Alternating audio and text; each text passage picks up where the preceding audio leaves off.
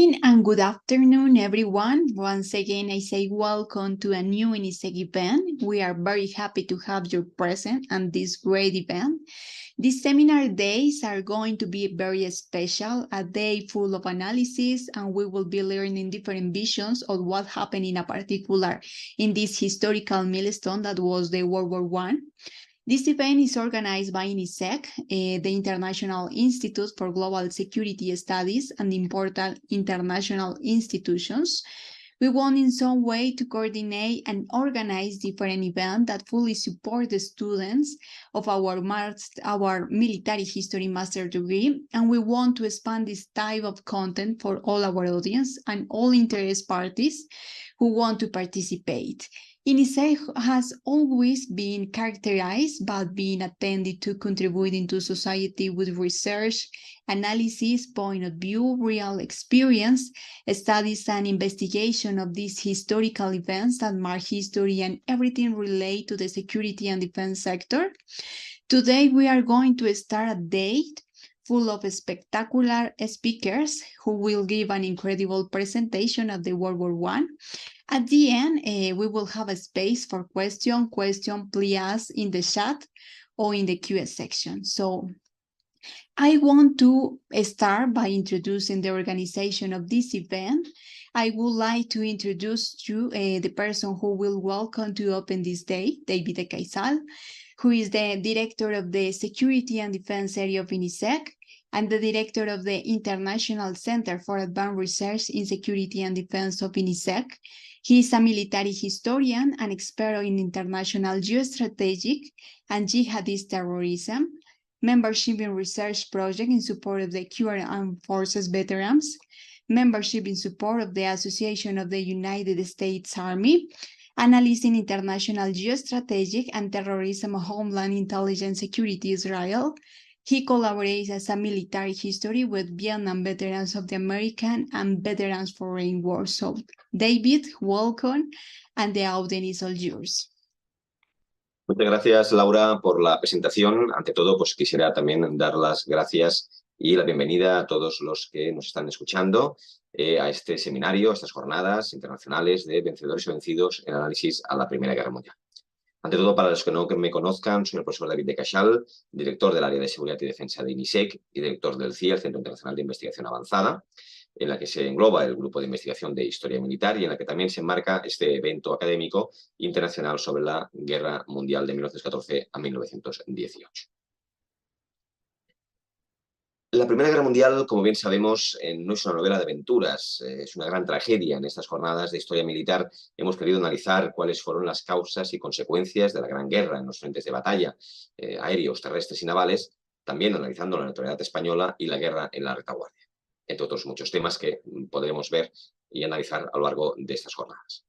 El periodo que se generó a inicios del siglo XX, denominado como Primera Guerra Mundial, fue el producto de muchos años de crisis producidos antes del año de 1914, crisis que venían generando tensiones entre diferentes imperios y la guerra que se daba como un hecho que tarde o temprano sucedería entre estas potencias en Liza. La literatura histórica registra como el principal detonante el proceso que originó la Primera Guerra Mundial, el asesinato del heredero de la corona austrohúngara en Sarajevo. Sin embargo, hoy el estudio más profundo de ese periodo nos permite tener las verdaderas causas y razones que causaron este proceso nefasto que el mundo vivió entre 1914 y 1918, y lo que nos hace pensar que la muerte de este heredero al trono de dos imperios no fue más que un pretexto para iniciar una guerra de grandes proporciones. En un bando teníamos a Gran Bretaña, Francia y Rusia, que habían formado alianzas de cara a mantener su fortaleza frente a una Alemania que se convertía cada vez en una mayor amenaza para sus intereses. En adición a esto, Alemania venía dando signos de gran ambición en lo relacionado al control hegemónico. En el otro lado teníamos a la alianza compuesta por el Imperio Alemán, el Imperio Austrohúngaro e Italia. Las tensiones generadas luego de la muerte del heredero causaron que la primera nación sospechosa del asesinato resultara ser Serbia, por lo cual se necesitaba que la policía austrohúngara iniciara la investigación en dicho país, lo que naturalmente nos representaba una violación a la soberanía de esta nación. Al recibir una negativa como respuesta de ese gobierno serbio, era, digamos, el inicio para declararse esa guerra. Rusia inmediatamente dejó saber sus intenciones de proteger a Serbia, declarando la guerra al Imperio Austrohúngaro y despliega todo su ejército, mientras que Alemania hace lo propio para hacer frente a los rusos. Francia se unió a los rusos, logrando con esto que Alemania se viera atacada por dos frentes. La realidad es que fue una guerra que duró casi 4 años, en lo cual el imperio alemán, con su gran hegemonía, logró victorias importantes, pero producto de estos años de guerra, Alemania fue quedando exhausta y se vio imposibilitada de poder aprovechar dichas victorias. Es obvio que también influyó en esta derrota los esfuerzos y los refuerzos también enviados por Estados Unidos. Finalmente, como resultado de esa Primera Guerra Mundial, los vencidos fueron excluidos y apartados de las negociaciones de paz, y eso devino en el Tratado de Versalles, que una vez terminados los detalles fue presentado a los alemanes para su firma, provocando esa indignación en los germánicos, puesto no solo perdían territorios ganados durante la guerra, sino que también algunos territorios originales, al mismo tiempo que se reducía su ejército y se le aplicaban grandes sanciones económicas a favor de las naciones vencedoras del conflicto. En estas jornadas podremos conocer los principales detalles sobre la participación de Estados Unidos en el conflicto, las actividades navales de la Regia Marina en el Mediterráneo, luchando contra la flota austrohúngara, la desinformación e inteligencia en España durante la Gran Guerra, los aspectos psicológicos y las enfermedades mentales de los soldados traumatizados por el conflicto, el ejército austrohúngaro en el frente italiano, las principales batallas de la guerra en el frente de Bélgica, la estructura y organización del ejército belga al inicio del conflicto, las tropas de Australia y Nueva Zelanda en los principales combates en los que participaron en los diversos teatros de operaciones de la Gran Guerra, la carnicería de la batalla del Somme y la participación de las tropas canadienses en el conflicto, la estrategia alemana de Hindenburg y Ludendorff en la gran victoria alemana sobre el ejército ruso en la batalla de Tannenberg, el ejército francés en la Primera Guerra Mundial, el enfrentamiento de las dos grandes flotas de la Royal Navy y la flota del Kaiser en la gran batalla naval de Jutlandia, y finalmente la participación de las tropas de Estados Unidos en la importante batalla de Belleau Wood. En estas jornadas hemos querido desde INISEC aglutinar a los mejores expertos, analistas militares y académicos de diversos países pertenecientes a diversas instituciones militares y universitarias, los cuales nos van a aportar sus puntos de vista y reflexiones acerca de este acontecimiento histórico. Esperando que sea de su agrado y sin más dilación, iniciamos estas jornadas de historia militar sobre la Primera Guerra Mundial. Laura, cuando quieras, muchas gracias.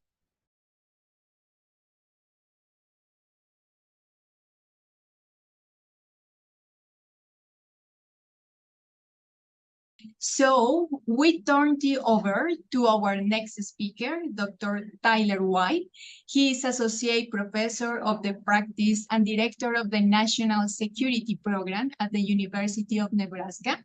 Dr. White is the faculty leader of the Center for Academic Excellence in the Office of the Director of National Intelligence at UNL. After graduating with his PhD in Political Science from UNL in 2010, he has focused his research interests on national security issues, including intelligence studies, U.S. nuclear policy, foreign policy, and deterrence. Dr. White has also focused heavily on curriculum development, the creation of the national security minor, as well as the introduction of the core and capstone courses for the minor. So, Dr. Tyler, we say welcome to you, and I give you the floor to begin this magnificent presentation. Well, thank you so much. I always enjoy my time visiting with everybody at INSEG, and it's a real honor to be included. And I'm really excited today to talk about John J. Pershing because I'm at the University of Nebraska, and he left an indelible mark at the University of Nebraska in his 4 years as a professor here. And so I'm really excited to talk about that. I'm gonna hopefully tell folks about a time in his life that I think is enigmatic of who he was as a person, and then I really want to be able to explain how I think that some of the things he did here translated really well into what he did to the American military in World War I. And I think that if I had to sum it up in a couple of words, it really would be discipline and dedication. And I think Pershing is sort of the right person at the right time to help a very young nation and a young military to mature into something that by the end of the 20th century, even the middle of the 20th century, becomes a global superpower. And so I want to talk a little bit about how just the way he viewed military service and the way he viewed public service was absolutely a critical and indispensable thing for the United States, and particularly into World War I. So I'm just going to start briefly by talking about his early life. You can find this on any biography, but he was born in Laclede, Missouri, around 1860. So he's born at a time. The United States is fighting a civil war, and the United States is expanding westward, and it's going through a lot of things that a young nation goes through. He grows up, and he's the oldest of 5 siblings. Now, his parents had more siblings, but it wasn't uncommon for children not to make it to adulthood, and that was the case with the Pershing family. But he goes to the U.S. Military Academy in West Point, not to join the military, but because he wants a good education. And this is really how people were able to attain education, was oftentimes through military service. He's not really interested in being a soldier. He's really interested in law, and he's interested in a couple of things. But when he gets there, he is a natural leader, and he attains the highest rank that you can, which is a captain rank at West Point. And later on, he's even there to represent West Point during General and then President Ulysses S. Grant's funeral. So he graduates in 1886. In 1905, he marries Helen Frances Warren, who's the daughter of a U.S. Senator from Wyoming, I believe, Francis E. Warren. And tragically, in 1715, while he's stationed in San Francisco, and I'll talk about that a little bit later, his wife and 3 of his 4 children are killed in that house fire. So here's a man who has really reached the heights and had some real personal lows in his life, and I think that shapes him a little bit. I want to talk just really quickly about his career, because it's very, very interesting, and I think it's very informative. He's kind of a rare individual in that he serves in a lot of units that are white, which, if you know anything about American history, you know that race has always been a very critical subject, and that the fight for equality took a very long time, and is still taking place. But he spends his time after graduation participating in the Indian Wars, which for folks who don't think a lot about American history in the 1800s, was an expansionist period for sort of white America, and it was moving out into places like Nebraska, which is where I live. There were different peoples who were living on this land. So the land that we are on today belonged to several different tribes, and I think we look back on this now very differently than we looked on it at the time, with some regret, obviously, and inappropriately. But this was a time in which the Native American tribes were being moved off of their land as a part of a broader campaign to, quote unquote, settle these areas that required military intervention. And so this is where a young officer would go for action in the U.S. military. And he was in the Wounded Knee campaign, although he did not participate in the massacre at Wounded Knee.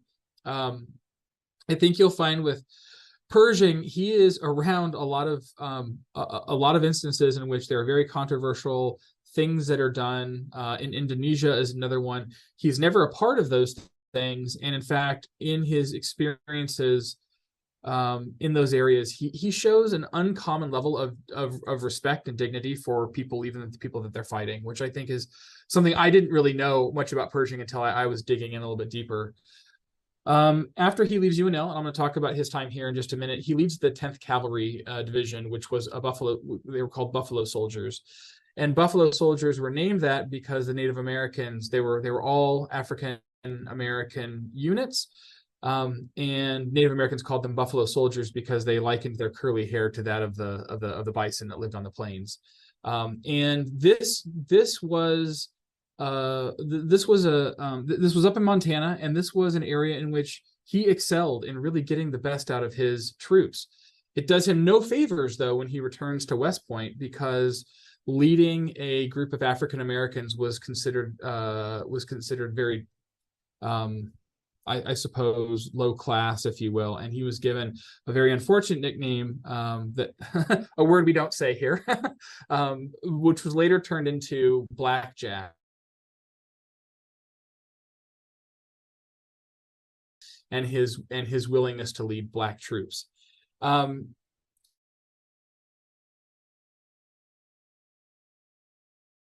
again, we're all friends now, but the Spanish-American War at the turn of the century was something where he posted, and he did take the 10th Cavalry there, and he fought there alongside Teddy Roosevelt, who would later become president. But there's an instance that he mentions when at the Battle of San Juan Hill, it was really difficult, and they find themselves fighting soldiers off their horses, hand to hand, and the 10th Cavalry suffers a lot of casualties, but it loses about half of its officers and about 20% of its troops.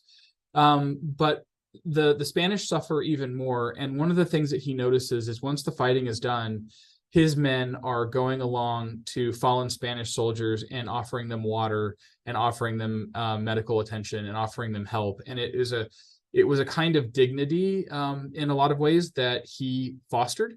And so I think you're going to see this in a couple of other areas. He was a consummate soldier, but he was also professional. And I think at this time, not just in the United States, but in the world, those kinds of people were rare. But that is the model, I think, that serves to really create a modern military. And we'll talk about that in a little bit, or at least the best of it. He was posted to the Philippines from 1903 to 1904. And again, there were some atrocities that were committed there, but Pershing was never a part of any of those, and actually wrote in a lot of his journals how unfortunate all of these things were, and that it sort of was against what he considered to be the dignity of being a fighter.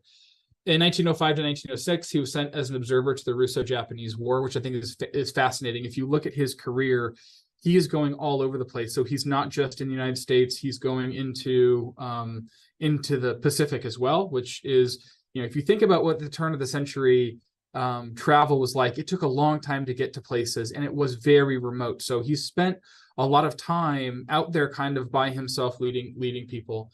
In 1906, he's controversially promoted to brigadier general over about 860 other officers of a more senior rank. And this is because President Roosevelt really believes that he is the right person to be leading troops. And he fought with him again in Cuba. So this is something that rubbed a lot of people the wrong way, but I think history will vindicate that decision. And we'll talk about that here in just a second. Then 1914, 1916, he commands the 8th Brigade. And then by 1917, he's promoted to general to lead the American Expeditionary Force in Europe. And this is about the same time where, unfortunately, his wife and 3 of his daughters are killed in a fire. I want to talk about Pershing in Nebraska and then draw a direct link from his time here and the things he developed here to what he did in the First World War, because I think it's going to make the American experience in World War I make more sense. Also, it's from my university, so I feel especially proud because he's left a real impact here, and he had quite the career. The thing about Pershing that I want people to remember is that he wasn't, being a soldier was not necessarily the thing that he wanted most out of life, and he contemplates leaving the soldiery many times. And he gets this opportunity in 1891 to come to the University of Nebraska-Lincoln, which at the time is surrounded by a big fence to keep the cows and the bison out. And that fence still exists today. It's actually around one of the cemeteries in town. It was very different than what it is today. And it really was kind of a bit of a frontier. And he comes in, and he's going to be the head of what they call the military department. And the military department trains soldiers. They have a drill team and so on and so forth. But he also very much wanted to be a teacher, and he was apparently a very good teacher. He didn't just teach strategy and tactics, but he also taught algebra and geometry, and including and I'll talk about this just briefly later. He taught a few very famous Nebraskans how to fence because he was a consummate swordsman. But when he gets here, he re-engages in his pursuit of a law degree because he's very interested in that, and he was encouraged by the chancellor of the university, Canfield, at the time, to do that. But he takes over the UNL drill team, and the drill team, like a lot of other things, it's kind of a thing that people sign up for because military service had a much more casual kind of much more casual activity in a lot of ways. And that was not what he was there to do. He was there to turn this into a rigorous and disciplined group of people. And there's this one story that I really find interesting, and I think this explains a lot about who he was as a person. But on one occasion, he met with these cadets, and he asked one cadet, "How long did you work on your gun, cleaning your gun?" And he asked the private, and the private says, 3 hours. And he says, "Report him for lying," and sends him off. And then he goes and give him 2 demerits for a dirty gun. And then he walks down to the next cadet and says, "How long did you work on your gun?" And the next man said, "I didn't touch it, sir." And he said, "Don't ever let that happen again." And then he walked down the line. And I think for him, he was going to be okay with you if you were honest, because he could work with that, but he wasn't going to be okay with you if you weren't honest, and he appreciated effort. And the thing about his presence and the thing about the discipline he instilled, it made him an incredibly popular person on campus. The ranks of the military units on campus swelled dramatically, and all of a sudden everybody wanted to be a part of this drill team that he was in charge of running. And so the military department here at the university picks up a lot of new people, and the drill squad gets better and better and better. And finally, there's a national competition, which amazingly is held in Omaha, Nebraska, which is 60 miles from here, 50, 60 miles from here. And the team won, and like just in a football game today, the crowd storms the field to take the Omaha Cup, and it was led by the chancellor of the university, James Canfield. So it was morale building through discipline, and I think this is the theme that is gonna be apparent as we go along. But I want to talk just real quickly about Pershing the man in Nebraska. He was a very popular figure on campus because he was professional and respectful, but he could also inspire confidence. I think, he was a teacher and he took it seriously. And there's another story about him teaching, and he says to a young man, go do this, solve this equation and do it on the board in front of the whole class. And the young man goes up and he's just struggling and struggling and struggling, and he can't do it. And class is over, and he pulls him aside. And he says to the young man, he said, "All that kept you from working out that problem was your nervousness, and I've marked you as though you have succeeded." And this young man becomes one of the better pupils in the class, because here was somebody that he knew was capable, and he knew he couldn't get over, and he knew he needed somebody who believed in him. And he was just that kind of person that could get the most out of the people around them by reminding them that he believed in them. And I think this is also really important to his military legacy, and it's very important to the American Expeditionary Force, which I'm going to talk about here in just a minute. He taught fencing as well, and he taught Willa Cather, who was a very famous author from Nebraska, how to fence. She was a student here at UNL at the time, and taught Dorothy Canfield, the chancellor's daughter, how to fence as well. But Dorothy Campbell once said that he taught math like a general. And that that's all she needed to know about the seriousness of the subject. He was also known as a very good dancer, and I guess he was a good carouser. And after obtaining a promotion here at the university, he and a good friend of his, who was a prominent lawyer, Charles Dawes, went downtown in Lincoln, and they went to a prize fight that was illegal, and there was a lot of alcohol, and the police showed up, and Pershing and his buddy Dawes had to jump out the window and run away from the police, because he was quite the socialite at the time. And during his time here, he legitimately struggled with the idea of leaving the military. He thought that, maybe this was the life for him. And I can understand, because it's the life for me. And there are definitely perks to being a professor on campus. But he does end up leaving the university after 4 years, but he leaves with his law degree. So he's an alum of our law college. And he leaves having left an indelible mark on the university and on the culture. And the varsity rifles, which he coached, became the Pershing rifles. And I'm just going to talk about that super quick, because I think it's still a very important part of military training today. So we do things a little differently. Most of these are associated with the ROTC program, the Reserve Officer Training Corps, which came about sort of after World War II as a way of getting college students to come in. They'll come in as commissioned officers. But the Rifles were an elite group after he left. And the thing that I think made the Pershing Rifles stand out the most was their discipline. There were a lot of other groups in different universities that were attempting to train officers and people to go into the military, but they all wanted to follow Pershing's example of what he did here at Nebraska. And, you know, one of his Pershing Rifles, who later goes on to fight in many of the wars around the turn of the 20th century, said Pershing was as severe a disciplinarian as a kindly man can be. He was always just, he had no pets, and punishment was no swifter than rewards. And I think, again, this is one of those things that makes him the right person at the right time.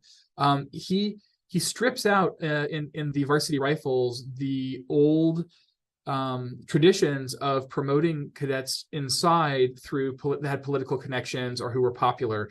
And he said, we're only going to focus on promotion through demonstrated capability, right? And through demonstrated potential. And you have to meet certain criteria in order to be promoted. This is all going to be based on merit. And the reality was that the Pershing Rifles continued to go on and perform very, very well. And during subsequent wars, Nebraska had a very good reputation for sending very good soldiers to these conflicts. And the rifles slowly expanded into companies that were nested into battalions. And I'm just going to show you this real quick. I'm not going to go through the history of this, but I do want to point out one, which was the Ohio State University in 1925. They're the next company that comes along, and it was very controversial. We did not want to grant them status as a Pershing rifle group, and they come back and they're like, but we're meeting all the requirements. And so we give them the Pershing rifle moniker, and then that expands. And so you see right up into sort of World War II, the beginning of World War II, additional universities, it kind of, in this part of the country, gain a Pershing Rifles division. By 1948, it had grown to 38 companies, and today 60 still remain. So it's still a prestigious group for colleges and universities. And that's the legacy that sort of lives on today.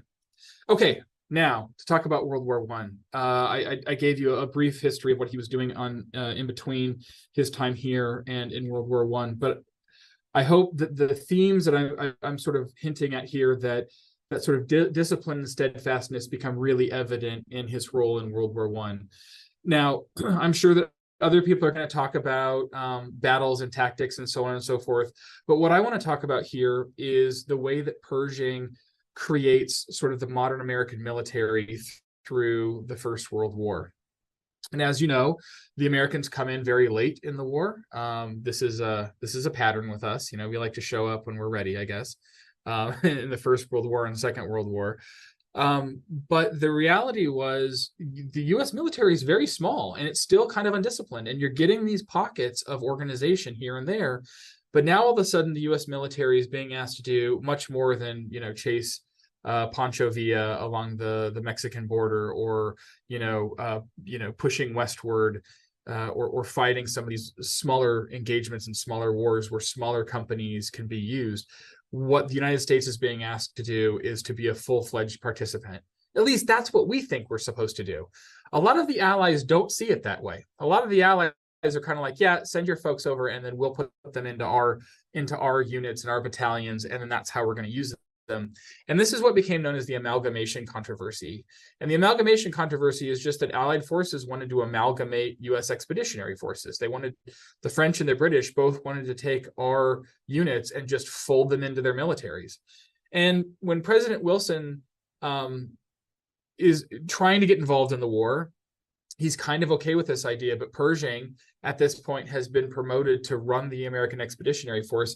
And he says, that's not what we're going to do, because we're going to be an American military. We're going to have agency, and we're going to fight a war the way that Americans fight a war. We don't really know exactly what that is yet, but we're going to figure it out, and we're going to do it. And the British and the French obviously have been fighting for a very long time. And they see this influx of soldiers as being exactly what they need in order to try to sustain and win the war. And they use some of the different things that they have at their disposal to try to amalgamate the forces. So the British use their shipping capabilities to try to amalgamate them, and the French also want them folded in. But Pershing has a problem. He needs all of his people and supplies to be on the continent in order for him to wage an independent war, but he has to rely on British shipping in order to do that. And it's going to take 4 boats of material for every 1 boat of soldiers to get there. So what he has to do is he has to sit there and be a politician for several months, trying to keep American forces from being folded into French and British forces while all of his stuff arrives, right? And so he does that really well. He's able to sort of keep American units whole, and he's able to, at times, when amalgamation happens, make sure that it's American commanders that are in charge of those forces. So I think in this, if you don't get this right for the United States, then you're not going to develop into the kind of power that the United States develops into. You're going to be often seen as a secondary or tertiary power. And the United States is going through a lot of things at this time, but one of them is industrialization, and the other is the settling of the West. And they're beginning to develop a navy, and they're beginning to have a real presence on the international scene, but they're not seen as a country that can go in and fight and win wars. Even the name, the Expeditionary Force, belies the idea that, it's special that we send people away to fight these wars. And so he's dealing with rival personalities inside of the American Expeditionary Force, so American generals and American politicians, and he's even dealing with a War Department that every now and then looks like it's going to just go ahead and bend to whatever the European allies are asking for. And Pershing has a vision here, and his vision is that the AEF is going to fight independently. I mean, it's going to coordinate and everything, but the battles it's going to fight are going to be at its discretion. And so he establishes a school in France to try to increase the training for officers. It's never going to be enough, but you can already see the beginnings of what's going to become the way we train officers today and how our officer corps is actually constructed. The way he put together the order of enlisted versus officers, that exists to this day, right? So I think this is something that's really important. The other thing about him, and this goes back to his time, prior to being in Nebraska and then afterwards, he never forgets his enlisted men. So he's trying to grow a very competent officer corps, but he doesn't forget the people who are actually, fighting in the trenches. And Pershing is never loved by his soldiers, but there is a respect there, and there's a respect there because I think deep down they know that he's not forgetting some of these key details, and he's not letting the officers just run roughshod over the enlisted, which, let's be honest, is the way that militaries have fought throughout almost the entirety of human history, right?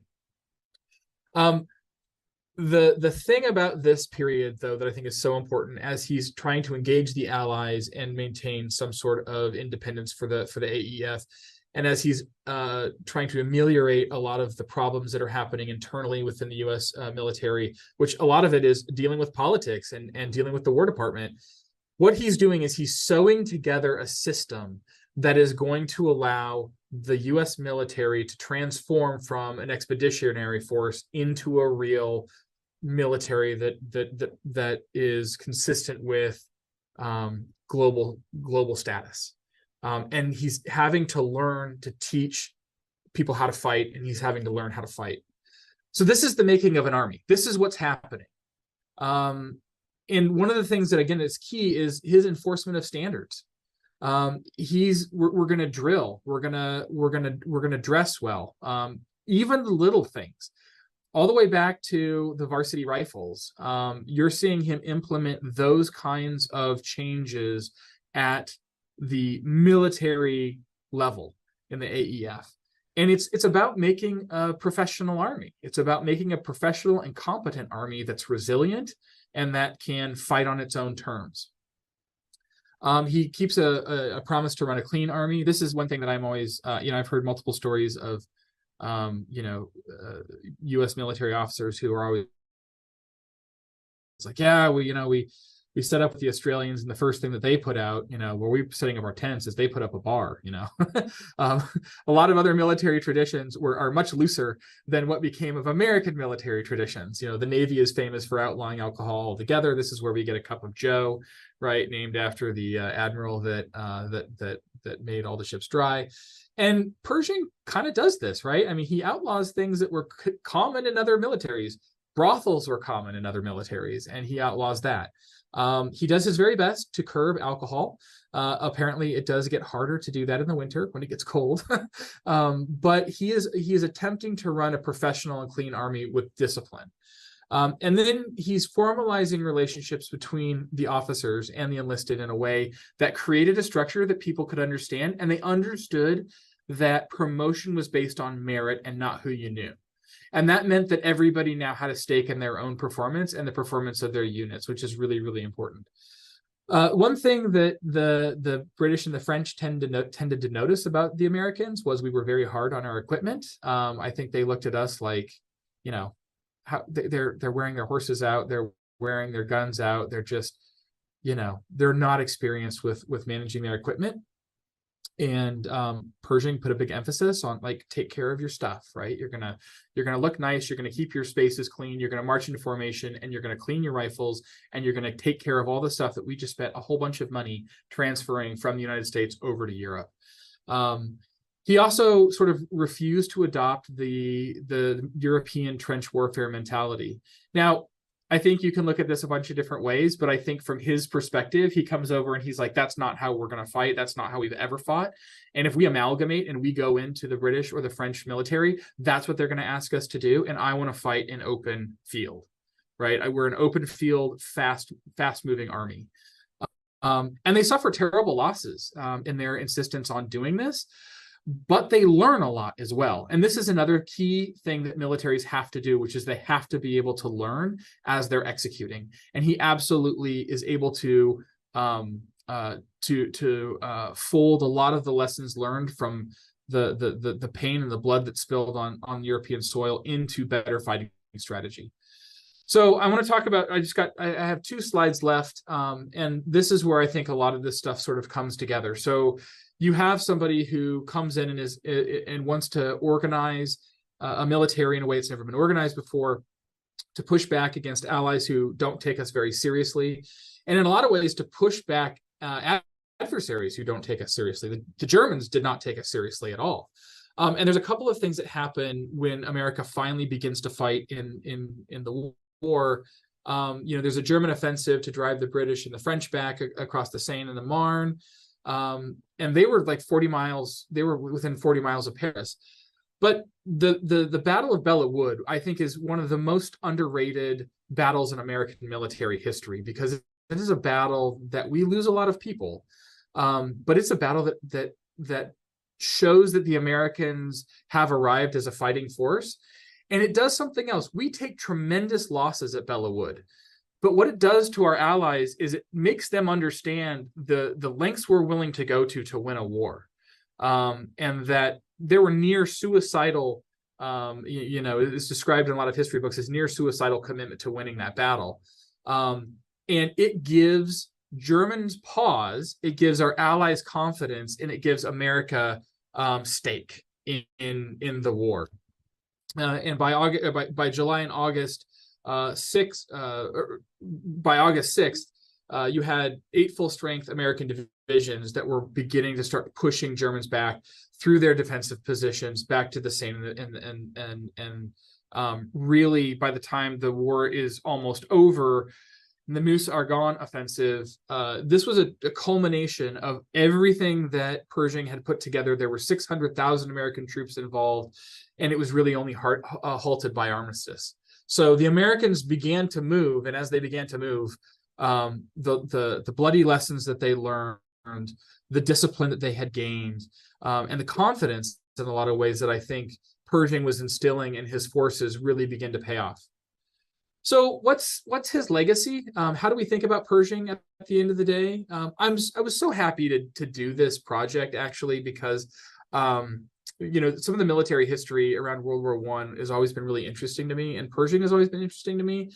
But being able to sort of tie it together in a way that makes sense for a broader audience allows you to step back and be like, okay, so why was Pershing important, and why was World War I so important for the United States, and why are those two things, as they came together the way they did, so important for what the United States becomes in the 20th century? And I think, the thing is that Pershing ends on a high note. They end with a tremendous amount of success, and that's always a good place to end a war.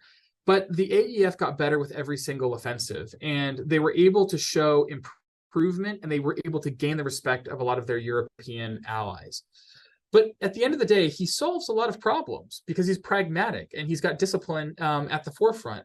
These cultural, political, technical, and physical challenges that made the AEF vulnerable at the beginning, the solutions to those end up making the AEF a respected entity by the end of the war.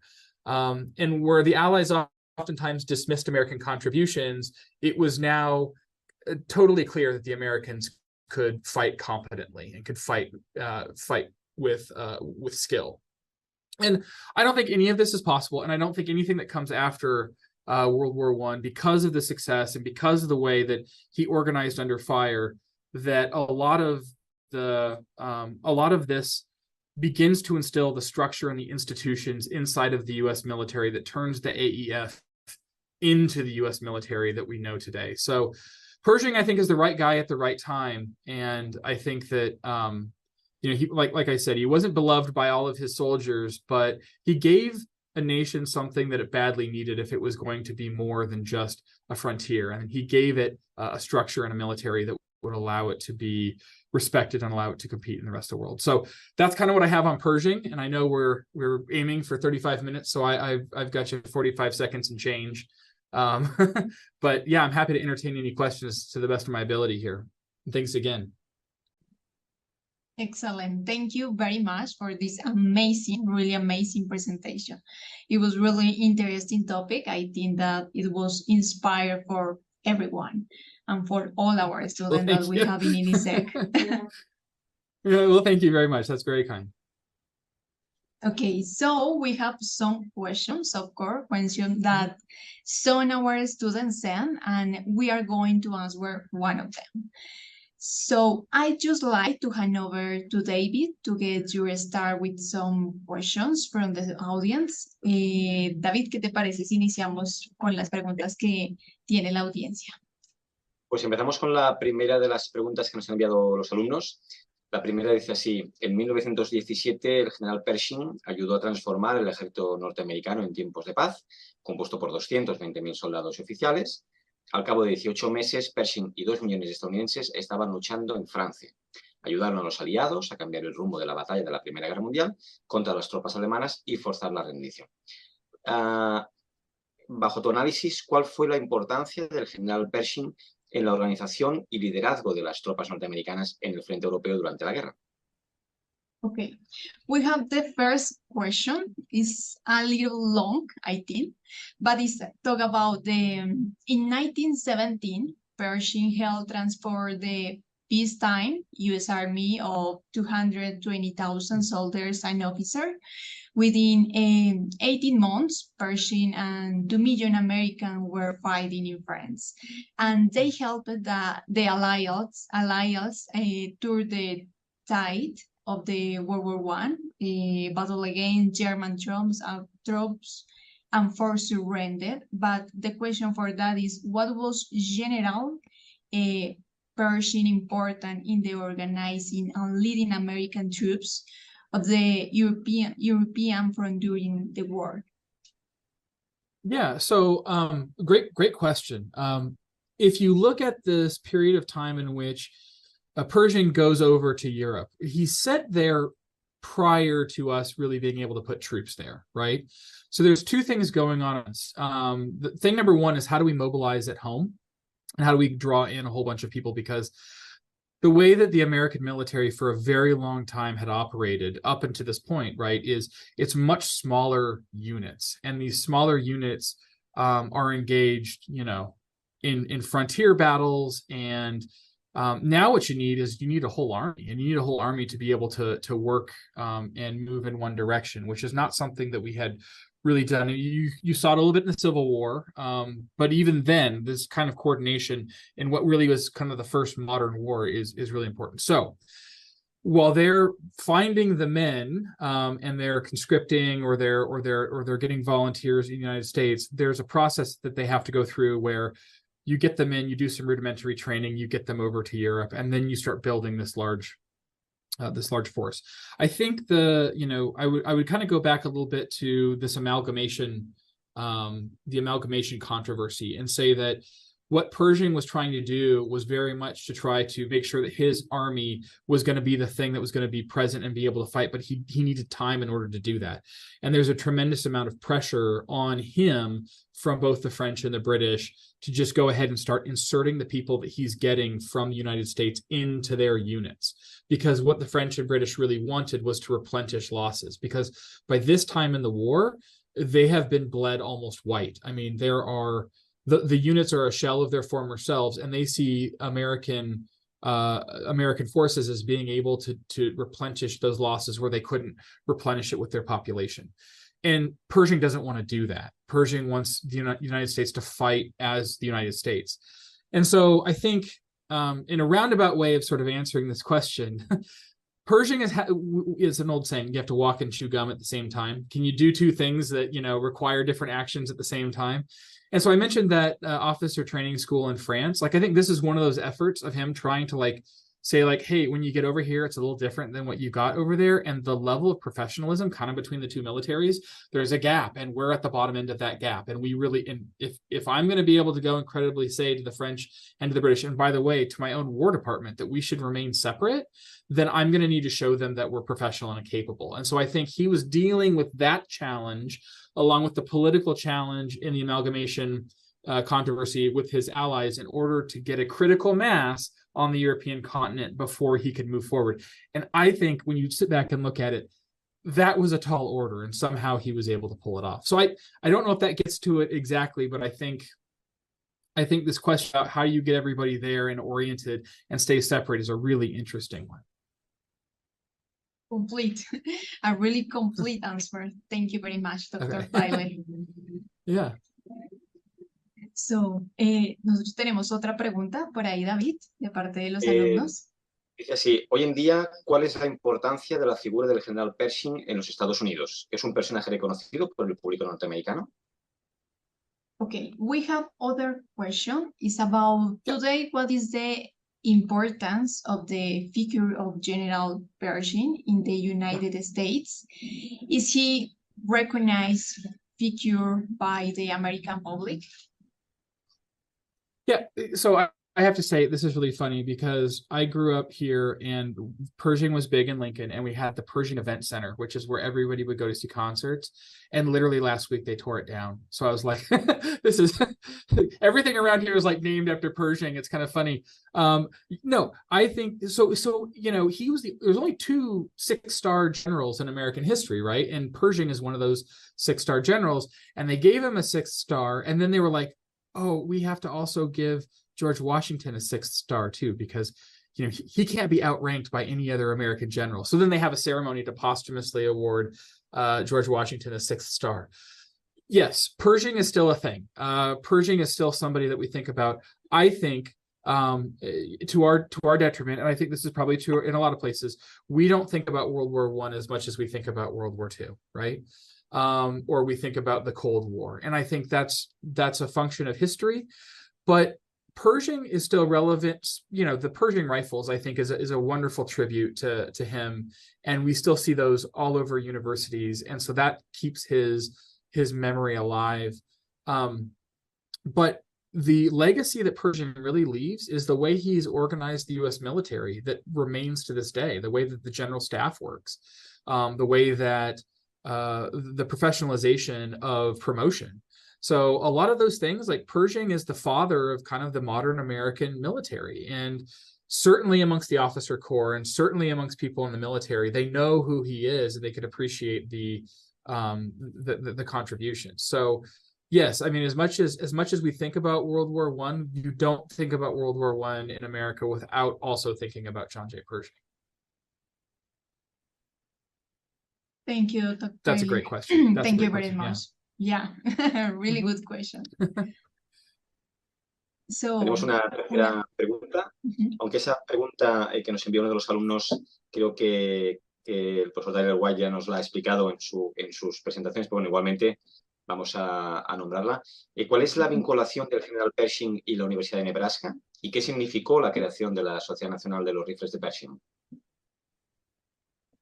Okay, the next question, we know that you talk about that, we know, but we can talk again about, for answer of course the student, it's about what is the connection between General Pershing and the University of Nebraska, and what was the significance of the creation of the National Pershing Rifle Society? Yeah, I mean, he was lieutenant at the time. Lieutenant Pershing comes to the university.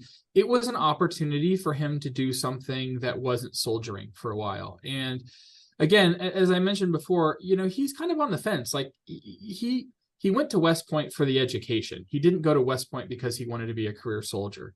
And there's sort of multiple times where he thinks about kind of opting out. And he's an intellectual at heart. I mean, he's a very smart person, and so the opportunity to come and be to be the professor of military studies at the University of Nebraska, I think, was something at that point in his life that he very much wanted to do, while he was kind of working out what he really wanted to do with the rest of his life.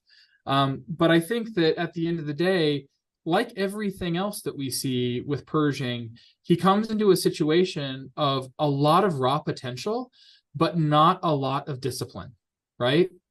And I think that you become a popular person when you show leadership and you're able to demonstrate that you can make the people around you better, and you can make them better through discipline, right?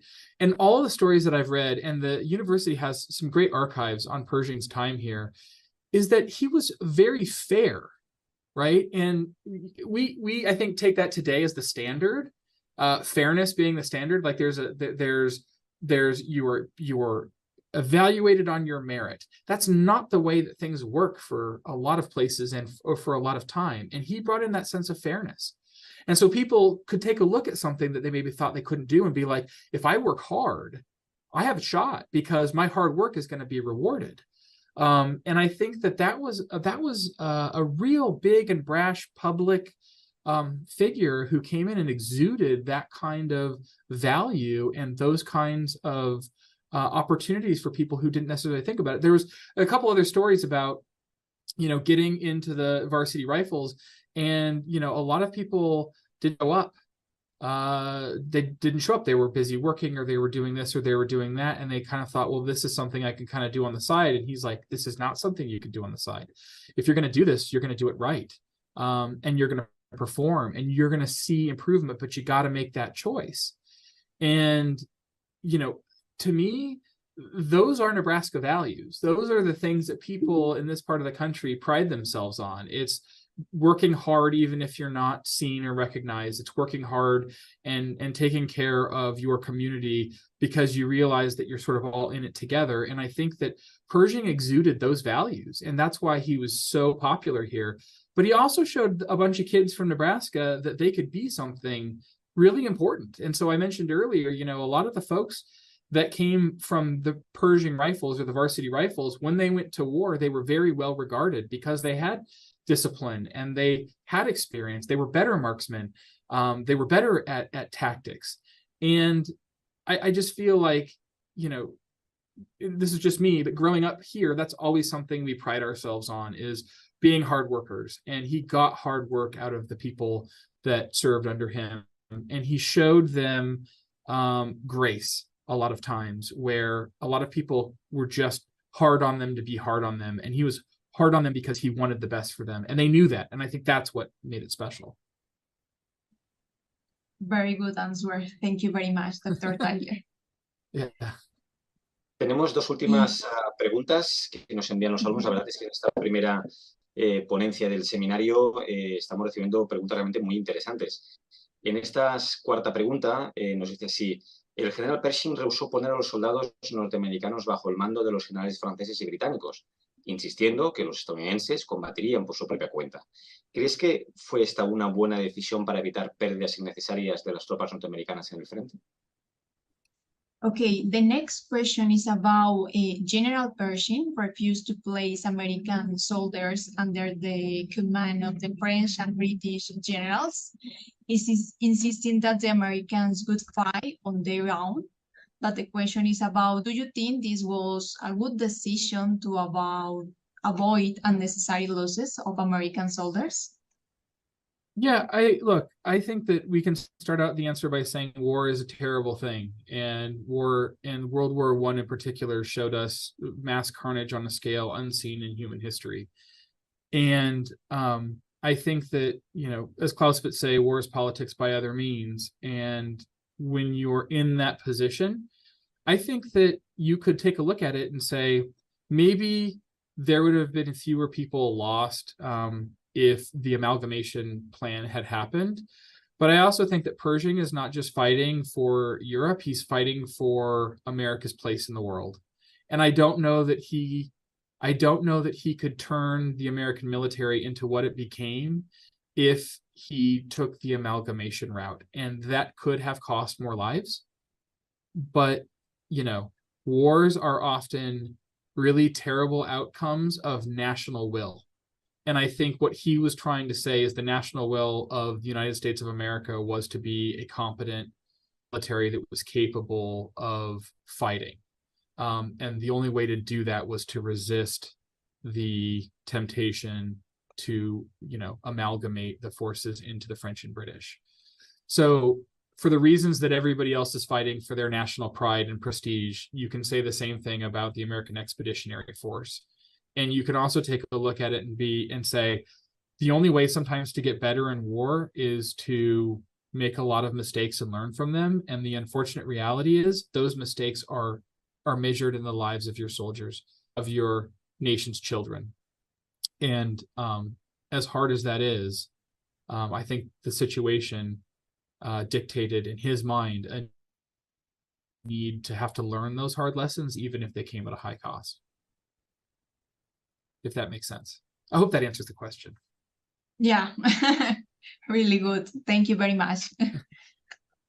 Y vamos por la última de las preguntas que nos han enviado los alumnos. Dice así, es un poco extensa. Dice así: 16 de enero de 1917, el ministro alemán de Asuntos Exteriores, Arthur Zimmermann, envió un telegrama interceptado por la inteligencia británica y presentado por los británicos a los estadounidenses en su embajada en Londres. Al embajador de México, Heinrich von Eckart, con indicaciones precisas para poder convencer al presidente Vetustiano Carranza de que México entrase en la guerra del lado de los imperios centrales si Estados Unidos de esa manera le declaraba la guerra a Alemania. ¿Crees que fue esta la razón definitiva de que Estados Unidos entrase en la Primera Guerra Mundial? ¿Y qué posibilidades había de que México declarase la guerra a Estados Unidos y que entrara en la guerra a favor de las potencias centrales?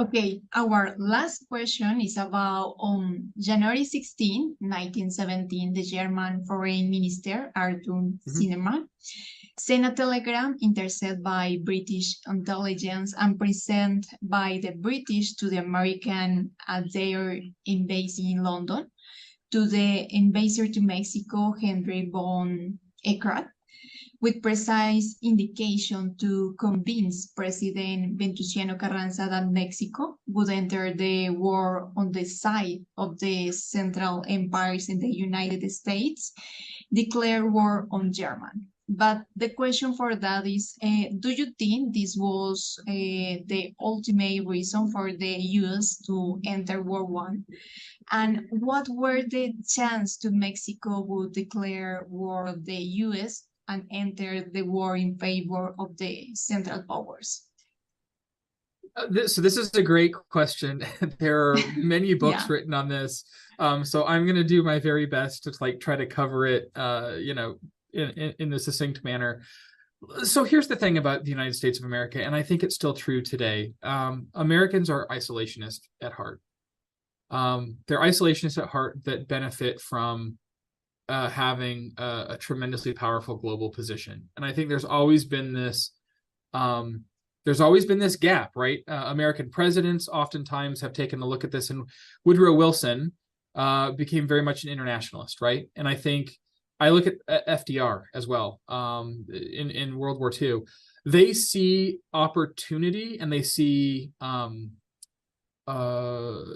obligation, I think, when they look at the wars in Europe. And getting an American public to go to war, particularly in this time, is very difficult. Now, I think if you think, contemporaneous or in a more contemporary, setting, like we think about the War on Terror and so on and so forth, and those were all driven by this severe sense of injury, right, stemming from 9/11 and so on and so forth. And then support kind of fades when they realize that there's something else going on. But you mentioned like the Lusitania, you mentioned a couple of these other things where it was always an attempt to try to get the United States in the war, because the Allies knew that there's this tremendous resource, right? This tremendous resource of people and material that could really turn the tide of the war for us. And them trying to get the Americans in the war was incredibly frustrating, because Americans don't want to go to war, even if the leadership thinks that we can make a contribution or that would help us out. And so the Zimmerman telegram is a document of great controversy, right? As to whether or not this was a real thing, or as whether or not the British were using this as a way to try to entice us into the war. And, the same thing happens in World War II, where the British are constantly trying to entice us. In that case, FDR, I think, always wanted to be involved, but he had to bring his public along, right? So I think getting America into the war was a very complicated thing, and it took a long time for it to happen. In terms of Mexico attacking the U.S., I don't want to speak, too far out of my depth here, because I think there's probably other people who could answer that better. But I can say, one of the things that Pershing did that I didn't mention in the presentation was, he was trying to get Pancho Villa, along the Mexican border, and the United States and Mexico were fighting a whole bunch of skirmishes along that border, and they were very unfriendly. But the idea that Mexico could sort of attack the United States and maybe succeed or keep them out of the war, I don't think it would have turned out well for Mexico, and I think Mexico probably understood that. Again, and this is one way that I'll kind of end this, is by saying, if you go back and you look at this history, right, you look at the Spanish-American War, you look at the war against Mexico, and so on and so forth, 100 plus years later, right, these are all good friends. Mexico and the United States share a very friendly relationship, and Spain and the United States share a very warm relationship. And I think that one of the reasons that we do that is because we were able to learn a lot of these lessons, and we were able to find friends in places that didn't exist before. And ultimately, this is when peace prevails and peace succeeds, right? And the alliance network that comes out of these really dark days of World War I and some of these other conflicts, the payoff was to create lasting friendships and allyships in things like NATO and other things that I think are more important today than they've ever been. And I think if I look back on the importance of Pershing's legacy, he was the guy who got America at that table, right? And I'd like to think that over time, the United States, but all the other allied nations as well, have figured out a way to come together to make these kinds of wars less likely. And that we have learned from this kind of tragedy. And then the biggest and most important thing is that we continue to learn about it, which is another reason I absolutely love visiting with you all, because you bring these really important topics back to life and put them in the minds of people who weren't alive at that time, so that we can learn the lessons that those wars afforded us, so that we don't make those same mistakes. So I think as long as we're keen to those and we're learning, the hope is that we're avoiding these kinds of things in the future. And I'm just feel privileged and deeply appreciative that I can be a part of those conversations. So thank you again very much. No, excellent answer, Dr. Tyler. And thank you very much for such complete and truly inspirational answer for the entire audience, I think. Well, thank you. It's, like I said, a great way for me to be spending my Tuesday morning, your Tuesday evening. Excellent. I would like to give the floor to David to give a brief summary of what was seen in the presentation. So, David, te cedo la palabra para realizar un breve resumen también a todos nuestros alumnos que nos ven desde todos los diferentes países. Muchas gracias, Laura. Ante todo, agradecer al profesor Tyler White su participación en este seminario sobre la Primera Guerra Mundial y felicitarle por su magnífica ponencia sobre el general Pershing y la Fuerza Expedicionaria de Estados Unidos en la Gran Guerra. Pues, como ya hemos visto en su ponencia, el cual pues, tuvo que construir un ejército casi desde cero, organizando y entrenando y suministrando una fuerza inexperta que finalmente llegó a 2 millones de soldados, ¿no? Ese ejército de Pershing que comenzó a operar por su cuenta en el verano de 1918 y que desempeñó un importante papel muy decisivo en la derrota de los alemanes en ese otoño.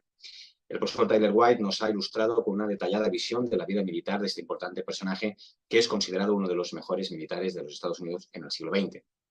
Thank you very much, Tyler, for your excellent presentation and for the magnificent answer you have given to our students. Thank you. You're too kind. I just really appreciate these interactions. So thank you again for inviting me.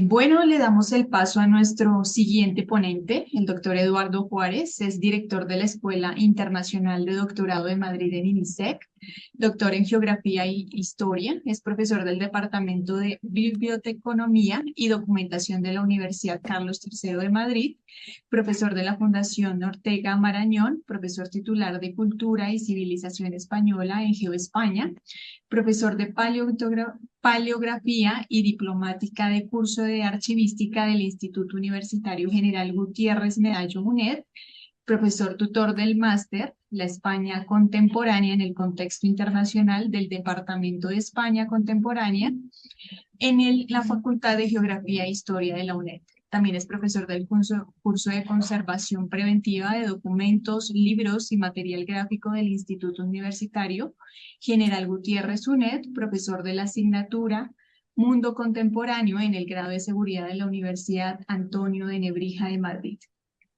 Doctor Juárez, te damos la bienvenida y te cedo la palabra para iniciar esta magnífica presentación que tenemos destinada para esta jornada. Bueno, muchas gracias, Laura. Bueno, siempre un placer poder compartir estos momentos de divulgación, difusión y de debate, ¿no? En torno a términos tan interesantes como es este caso la Primera Guerra Mundial, ¿no? Una vez más, ya te digo, pues encantado de estar aquí y bueno, pues listos para viajar un poquito en torno a la Primera Guerra Mundial.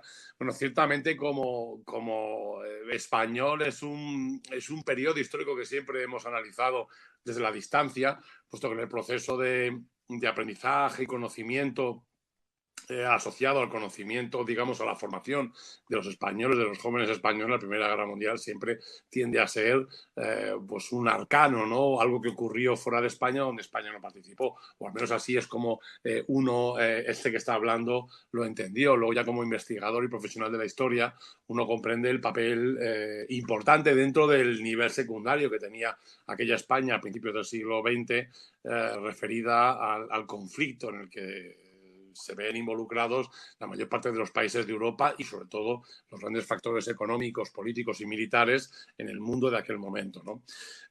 Esta ponencia, que espero que sea del agrado de todos aquellos que participan en estas jornadas tan magníficas que organiza INISEC, pues yo creo que espero que sea interesante desde el punto de vista de la aclaración de por qué España no participa o cómo participa el Estado español y la sociedad española en la Primera Guerra Mundial y lo que es más importante, ¿no? Cómo se desarrolla todo el proceso de construcción y consolidación de redes de información, que en el fondo, he de ser sincero, es lo que a mí me interesa como investigador, no tanto la cuestión geoestratégica o geopolítica o geoeconómica, sino la construcción de redes de información y transferencia de conocimiento en un entorno hostil, como es un proceso de una guerra, sobre todo en un proceso complicado como fue la Primera Guerra Mundial, que conduce a una transformación total y absoluta del concepto en sí de relación internacional. Es evidente que las redes y estructuras de inteligencia hay un antes y un después en la Primera Guerra Mundial. Tenemos que entender que las grandes redes de información, como pueden ser la CIA o puede ser el KGB, NKVD, proceso momento antes, ¿no? Durante el proceso posterior a la Primera Guerra Mundial, estas grandes, el buró, ¿no? El buró francés, estas grandes estructuras, o la Abwehr en Alemania, estas grandes estructuras, decía, de inteligencia y de espionaje, son constituidas en este proceso bélico, en este proceso de confrontación. No hay que olvidarse que la Primera Guerra Mundial, más que una confrontación militar, es un proceso de transformación social, política y económica que conduce a un enfrentamiento militar. Por tanto, las redes para captar información de carácter reservado, restringido o de factores estratégicos de primera importancia durante la Primera Guerra Mundial van a sufrir un proceso grande de transformación. Quizás por eso hay que intentar buscar esta muestra, este botón de muestra que es España en los años 1914, yo diría incluso que hasta el 19, pero bueno, hasta el 18, que es cuando termina la Primera Guerra Mundial de forma forzada, evidentemente, por los factores que vamos a ver a continuación. Yo creo que es muy, muy interesante ver el ejemplo español, porque los españoles siempre tenemos este mal conocimiento del momento en que vivimos. Siempre tendemos a pensar que somos de lo malo lo peor y que en términos históricos hemos sido siempre protagonistas de la historia. Esto es algo que un español normal y corriente, un español de la calle, ¿no? Siempre asume, ¿no? El protagonismo español en el proceso histórico, cosa que evidentemente, visto desde fuera, no es más que una elucubración absolutamente social. Los españoles a principios del siglo XX, España es un país de segunda fila, por no decir de tercera fila, ¿no? En cuanto al impacto y la influencia internacional. En términos de la Primera Guerra Mundial, España es un país poco importante, incluso en términos estratégicos o geoestratégicos, ¿no? Por mucho que España sea la puerta del Mediterráneo, no deja de ser un factor absolutamente anecdótico, dada la poca importancia política internacional que tenía España en ese momento. Sé que decir esto como español puede sonar como albricias que está diciendo este profesor, ¿no? Pero en realidad es la realidad, ¿no? Es la clara y absoluta y notoria realidad de una sociedad que venía en decadencia desde finales del siglo XVII, mediados del XVII, y que transita por el siglo XIX buscando un modelo de Estado, un modelo social que permita consolidar una sociedad completamente confundida en este proceso de asunción del liberalismo, ¿no?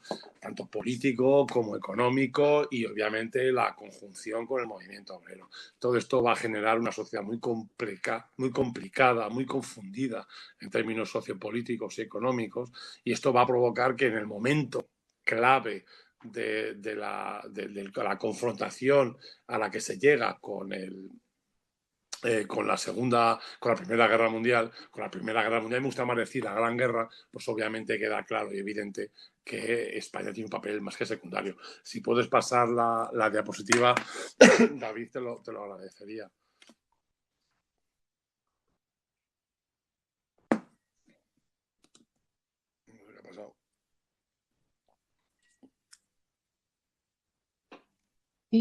Pero un momento, no sé si soy yo o estoy viendo una pantalla negra. Yo creo que también que se ha desconectado. ¿Sí? Sí, sí, como ya desconectar. está, ya la estoy viendo. Ya. Perdón por la tos, que ando un poco catarrado. Bien, pues No lo te que preocupes. decía es que en términos de espionaje, en términos de confrontación, desde el punto de vista sociopolítico y económico, las redes de inteligencia, que es de lo que va básicamente esta ponencia, tiene que ver con la constitución de redes de inteligencia y espionaje en España en torno a la Primera Guerra Mundial. Bueno, pues España en 1914, como pueden ver en esta diapositiva, había desarrollado dos tipos de redes de información. Probablemente la más importante no sea la red de espionaje e inteligencia de carácter militar, la red que establezca unos puntos básicos de geoestrategia económica, básicamente por el factor que he dicho antes, determinante, ¿no? Y es que España no tiene ese punto de poder o de influencia o ese factor determinante en términos internacionales que podían tener Francia, que podía tener el Reino Unido, que podía tener Rusia, que podía tener Alemania o que obviamente podía tener Italia. En este caso, España obviamente no tiene ese carácter determinante, aunque luego sí va a tener un carácter determinante una vez que empiece la guerra, ¿no? Desde ese punto de vista, las redes de espionaje e inteligencia de carácter militar están básicamente en fase embrionaria. Y sé que decirlo así suena un poco irreverente, ¿no?, en términos de la historia de España, pero es que es así, ¿no? Se han desarrollado mucho más las redes de información de carácter policial, principalmente por el desarrollo de la violencia política desde finales del siglo XIX hasta los primeros años del siglo XX. España tenía un problema serio con la propagación de la violencia política a través del anarquismo, ¿no? El anarquismo en España había desarrollado dos tendencias básicas. Si quieres puedes cambiar, David. Había desarrollado dos tendencias básicas. Por un lado estaba la tendencia anarcosindicalista, que generaba un proceso claro y evidente de lucha trabajadora, lucha obrera tradicional, huelga, enfrentamiento, lucha con los empresarios, lucha con el Estado, búsqueda de transformación de las características propias asociadas al trabajo. Y luego había desarrollado una evolución violenta que no solo era propia de España, era propia de toda Europa, sobre todo a finales del XIX, que es la violencia política, lo que hoy en día llamamos terrorismo. Al principio no debe considerarse como tal terrorismo, porque no busca el terror en sí, ni el miedo, sino que busca una propaganda por el hecho, una propaganda por el acto violento en sí, y que esa generación de violencia política, esa generación de represión que conlleva la violencia política en sí, provocara un conato de revolución social, ¿no? Es decir, una vez que uno genera, aquí están viendo imágenes del asesinato de Eduardo Dato, de McKinley, del atentado en el Liceo en Barcelona, o el asesinato de Cánovas de Castillo, ¿no?, del presidente del Consejo de Ministros de aquella España a finales del siglo XIX. Todos estos actos violentos, ¿no?, lo que nos muestran es que los anarquistas buscaban un proceso claro de respuesta por parte del Estado que generara una injusticia clara y evidente para el conjunto de la sociedad, y que esa injusticia conllevara un proceso revolucionario. Esto se propaga por toda Europa y por el mundo entero, ¿no? El presidente McKinley es asesinado en Estados Unidos, ¿no?, por Cholgos, ¿no?, el anarquista. Todo esto genera una alarma social importante y provoca la constitución de redes de información policial. Hoy diríamos redes de inteligencia igualmente, ¿no?, porque una red de inteligencia, una red de formación, de captación de información, no tiene que ser necesariamente de información de carácter estratégico militar, también puede ser de información de carácter policial. Quizás es la más interesante, ¿no? Esto ya lo desarrolla Richelieu, ¿no?, en el siglo XVII, ¿no?, a finales del XVII, mediados del XVII, buscando el control, ¿no?, del propio país, de los propios movimientos sociales y políticos dentro de la sociedad, para controlar de una manera más eficiente lo que ocurre dentro, para poder tener esa estabilidad que permita afrontar los desafíos exteriores. Esto que conduce, evidentemente, a la constitución de esas redes de inteligencia, primero a la Conferencia Internacional de Roma de 1898, donde coinciden multitud de estructuras policiales y desarrollan esas redes policiales dentro de determinados países donde la violencia política o el terrorismo anarquista, siguiendo el concepto más aceptado en ese momento, pues permitiera el anticiparse a este tipo de actividades. Bueno, por tanto, debemos decir que en 1914 en España, evidentemente, hay un gran desarrollo de las redes de información de carácter policial, esas redes de inteligencia de carácter policial, y un desarrollo embrionario de las redes de carácter militar. Pensemos que en 1898 España pierde sus colonias en América y en Asia, entonces es más algo interior, ¿no? Es cierto que en el momento en que se desarrolla y que estalla la Primera Guerra Mundial, vuelvo a repetir, me gusta más decir la Gran Guerra, me parece, perdón, en términos históricos o en términos periodísticos, incluso de aquel momento, más apropiado decir la Gran Guerra, perdón, creo que es mucho más interesante y es un concepto mucho más atractivo desde el punto de vista histórico. Luego ya la Segunda Guerra Mundial, pues bueno, Segunda Guerra Mundial, no vamos a decir la Segunda Gran Guerra, pero uno prefiere utilizar ese concepto, ¿no? Bueno, pues en el momento en que se inicia la Gran Guerra, España, evidentemente, país de segunda o tercera fila, segunda fila, diría yo, en términos estratégicos, bueno, obviamente tiene un gran desarrollo de redes policiales no propias. Esto también es muy importante. Redes de desarrollo, probablemente la más importante es la francesa, que es la que se ha desarrollado entre 1890 y el año 1910, 1912. Hay un gran desarrollo de estructuras policiales en España.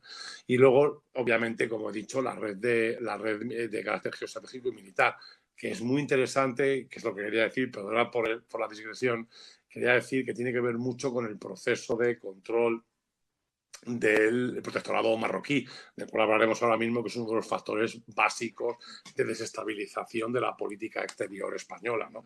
Pero en fin, ahora hablaremos de eso, ¿no? Bueno, si quieres, David, puedes pasar, por favor, de diapositiva. Y seguimos con el speech. Bueno, aquí veis un gráfico básico, ¿no?, de los enfrentamientos de la Primera Guerra Mundial. La Primera Guerra Mundial, España queda completamente excluida en términos genéricos, en el desarrollo militar, indudablemente. En el desarrollo político y sobre todo económico y estratégico no debería ser así, ¿no? Es decir, la Primera Guerra Mundial para España es un momento importantísimo en muchísimos aspectos. No se estudia, he dicho al principio de esta ponencia, que no se estudia en los ciclos básicos de la enseñanza, no se estudia la Primera Guerra Mundial como debería estudiarse en España, puesto que es un factor determinante el hecho de que el mundo esté en guerra para comprender los cambios, los profundos cambios y la inestabilidad sociopolítica que existe en España. Los españoles comprenden el periodo entre el 14 y el 18 como un periodo de inestabilidad tremenda, de falla y fractura del modelo social, pero lo hacen estudiándolo desde un punto de vista insular, diría yo, es decir, no atendiendo a la influencia de estos factores externos que influyen de una forma decisiva en el tránsito político que ha de experimentar España en este proceso. Bueno, si puedes pasar, David, a la siguiente, por favor. La idea es que España, evidentemente, a ojos de la humanidad o de la humanidad que estudia el proceso histórico, entiende que España se declara neutral en la Primera Guerra Mundial. Ahora bien, ¿qué significa esta neutralidad? Porque esto es muy importante de asimilar. Yo creo que esta ponencia podría dedicarse solo y exclusivamente a la neutralidad de España en el proceso de la Primera Guerra Mundial, lo cual es muy, muy complicado. Mira, hace pues ahora mismo 9 años, con el desarrollo de la efemérides del inicio de la Primera Guerra Mundial, desarrollamos un seminario histórico aquí donde yo vivo, en el Universidad de San Ildefonso, con profesores de medio mundo, discutiendo y debatiendo sobre el inicio de la Primera Guerra Mundial, y hablamos del proceso de neutralidad de España. Estuvimos 5 sesiones discutiendo esto, ¿no? Porque es que es muy interesante de comprender. Se pasa por encima de ello como, bueno, España fue neutral. Bueno, ¿y qué significa que España fuera neutral? Es decir, porque ser neutral en un conflicto que te rodea y que te abruma, en un conflicto que cambia por completo el concepto de guerra. Claro, no es lo mismo la última gran guerra que había habido antes de la Gran Guerra, de la Primera Guerra Mundial, que fue la guerra franco-prusiana, la cuestión de Oriente. Estamos hablando de enfrentamientos de carácter colonial. No hablamos de un enfrentamiento global de carácter nacionalista, pero también de carácter imperialista, una confrontación que provoca el enfrentamiento entre grandes bloques, la alineación de países, la creación de ejes que van a combatir los unos con los otros, de ejes políticos, pero también sociales y, por supuesto, económicos, que defienden modelos distintos. Es decir, no estamos hablando de una guerra en la que chocan 2 estados por una cuestión meramente territorial. Estamos hablando de una contienda en la que hay un enfrentamiento y un conflicto global donde se está dirimiendo un modelo sociopolítico y económico. Y esto yo creo que es importantísimo entender, porque España no participó de esto. Porque la Segunda Guerra Mundial, bueno, yo creo que es evidente, ¿no? España acaba de sufrir una guerra civil, y aunque el general Franco en la reunión de Hendaya está intenta participar o tomar partido en aquel enfrentamiento, no hay manera de que España pueda participar de una manera eficaz en ese enfrentamiento. Ahora, en la Primera Guerra Mundial España no sufre ninguna guerra civil, España no sufre ningún proceso de deterioro, de destrucción, España no sufre nada más que problemas internos de carácter sociopolítico y económico que le impiden participar en la Primera Guerra Mundial. Bueno, yo creo que hay que profundizar un poquito más en este aspecto para entender la situación de España, ¿no? Aquí en este slide, en esta diapositiva, se puede ver claramente, bueno, evidentemente la sociedad española se divide en germanófilos y anglófilos o aliadófilos, por decirlo así. Prefiero decir anglófilos que aliadófilos, porque el concepto en sí de aliadófilos es que me suena mal la palabra, es decir, me parece una palabra no solo inventada, sino que suena mal. Y las palabras malsonantes me dijo mi abuela que no las utilizaba jamás en la vida, ¿no? Entonces, anglófilos voy a decir que es la conexión más cercana que tiene España en ese aspecto, ¿no? Bueno, vamos a ver, España se declara neutral, es un proceso, yo creo que de carácter político interno, ¿no? Yo creo que el factor determinante en esto, Fernando García Sanz, que es uno de los grandes especialistas en este conflicto, yo creo que la participación de España en la Primera Guerra Mundial, luego veremos una diapositiva con las dos fuentes básicas para comprender este proceso. Yo creo que Fernando García Sanz incide de una forma explícita en la incapacidad económica de España.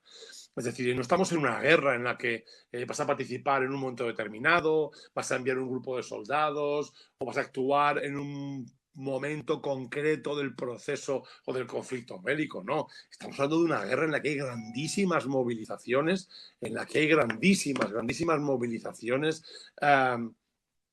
humanas, militares. Es decir, no estamos hablando de enviar 25 o 30.000 soldados, estamos hablando de mandar cientos de miles de soldados, movilizarlos. Es decir, el problema no radica en que España no pudiera enviar 2 o 3 millones de soldados al conflicto. El problema es que España no podía económicamente afrontar el dispendio que comporta mover esa cantidad de gente. Es que no es mandar 1 millón de soldados, es que es pertrecharlos, es que es la logística, la impedimenta, es que es mover esa masa brutal de personas a un conflicto militar. No que vayan al mismo foco de enfrentamiento, sino movilizar 1 millón de españoles para la guerra. No ha ocurrido nunca. Los españoles nunca hemos enviado esa masa ingente de soldados a una guerra, ni siquiera en los años gloriosos del pasado, cuando el imperio español era absolutamente hegemónico en Europa. Incluso en ese momento utilizábamos mercenarios. Es decir, la movilización desde el punto de vista económico era imposible, ¿no? Por tanto, España no podía afrontar ese proceso de movilización brutal de soldados. No podía generar un ejército que compitiera con las masas militares que estaban gestionando los países implicados directamente. Por eso he dicho ya repetidas veces que España es un país de segunda fila en este momento. España no puede permitirse ese gasto. No hay capacidad económica en el Estado para mover aquello. Por otra parte, España tiene otra serie de problemas. Por un lado, como nos están viendo en esta diapositiva, hay una crisis social evidente. El modelo social en España se cuestiona. La caída, la desaparición de las colonias americanas y asiáticas en 1898 provoca indiscutiblemente una necesidad de reflexión. Ese regeneracionismo que provocan los españoles intelectuales como Miguel de Unamuno, Antonio Machado, Pío Baroja, es decir, los grandes Valle Inclán, los grandes escritores de aquel momento y pensadores, ¿no? La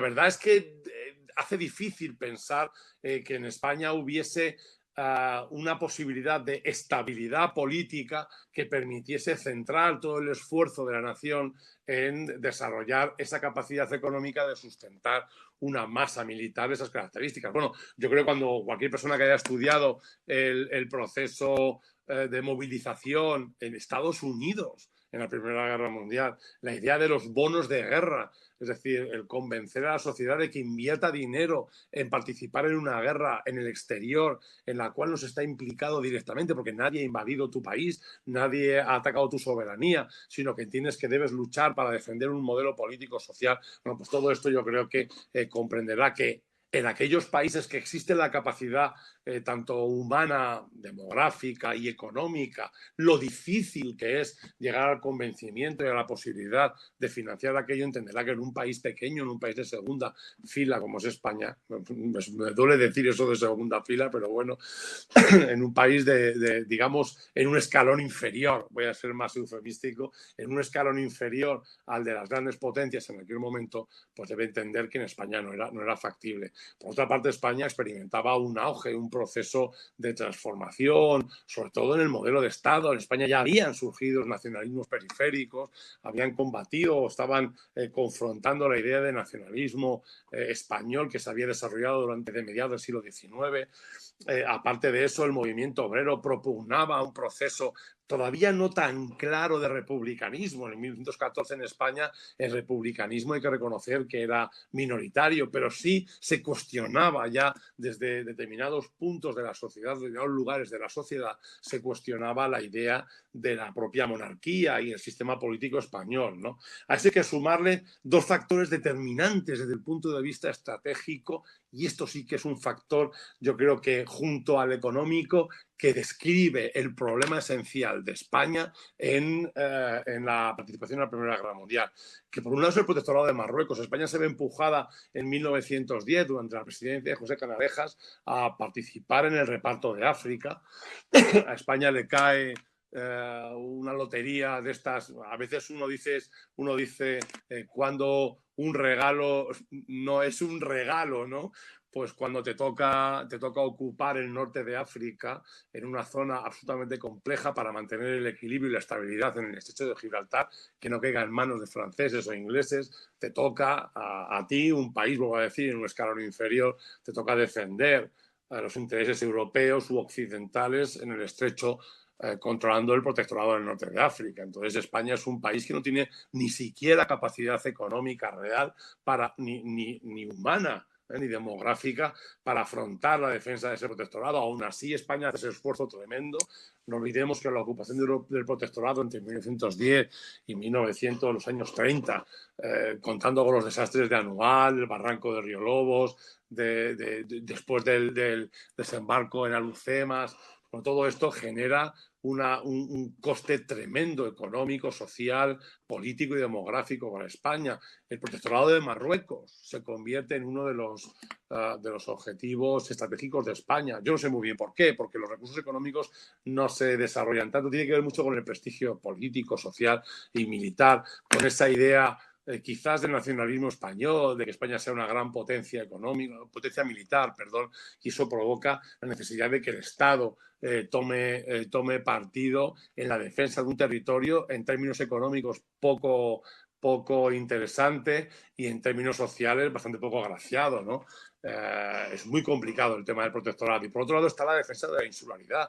España es bien que tiene dos zonas, dos archipiélagos básicos, generales, que es las Islas Baleares, el archipiélago baleárico, que bueno, ese yo creo que está poco discutido, pero luego tenemos el archipiélago canario, ¿no? Que este sí que está, como decía mi suegra, que en paz descanse, donde Cristo diera dos voces, que está muy lejos de España, está en el Atlántico, frente a la costa de Casablanca, en el sur de Marruecos, y esto genera evidentemente una inquietud permanente en España. Ya lo desarrolló durante finales del siglo XIX, pero en estos momentos de convulsión tremenda hay que defender la nacionalidad, la españolidad de las Islas Canarias, y es más que evidente la preocupación ingente que existe en aquella España en aquel momento de lo que podría ser o suponer la pérdida de las Islas Canarias, la invasión. Alemania durante muchos momentos de la Primera y la Segunda Guerra Mundial estuvo a un pelo de ocupar las Islas Canarias, ¿no?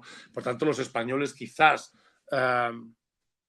viendo la posibilidad de perder esas Islas Canarias, ¿no? Y sobre todo, decir a los gobiernos de España, y sobre todo el proceso de conflicto que hay en el norte de África, generan una posición conservadora que prefieren, que conducen a no implicarse o a no enfrentarse con uno de los dos bandos que están enfrentados en esta Primera Guerra Mundial. Si quieres puedes pasar de diapositiva, David, por favor.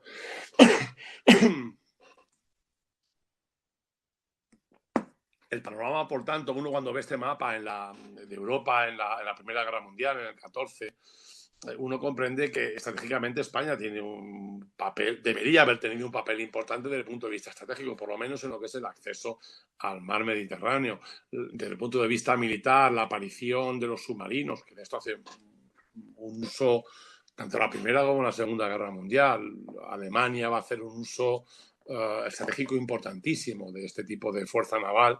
Entonces España es básica, ¿no?, en ese momento para mantener ese control y esa estabilidad en el paso del estrecho. Ahora veremos en los intereses tanto de la Triple Entente como de la Triple Alianza del papel de España, ¿no? El hecho de que España se mantenga neutral en la Gran Guerra, la Primera Guerra Mundial, supone casi un conflicto, ¿no?, para el resto de países implicados, ¿no?, porque España no participa.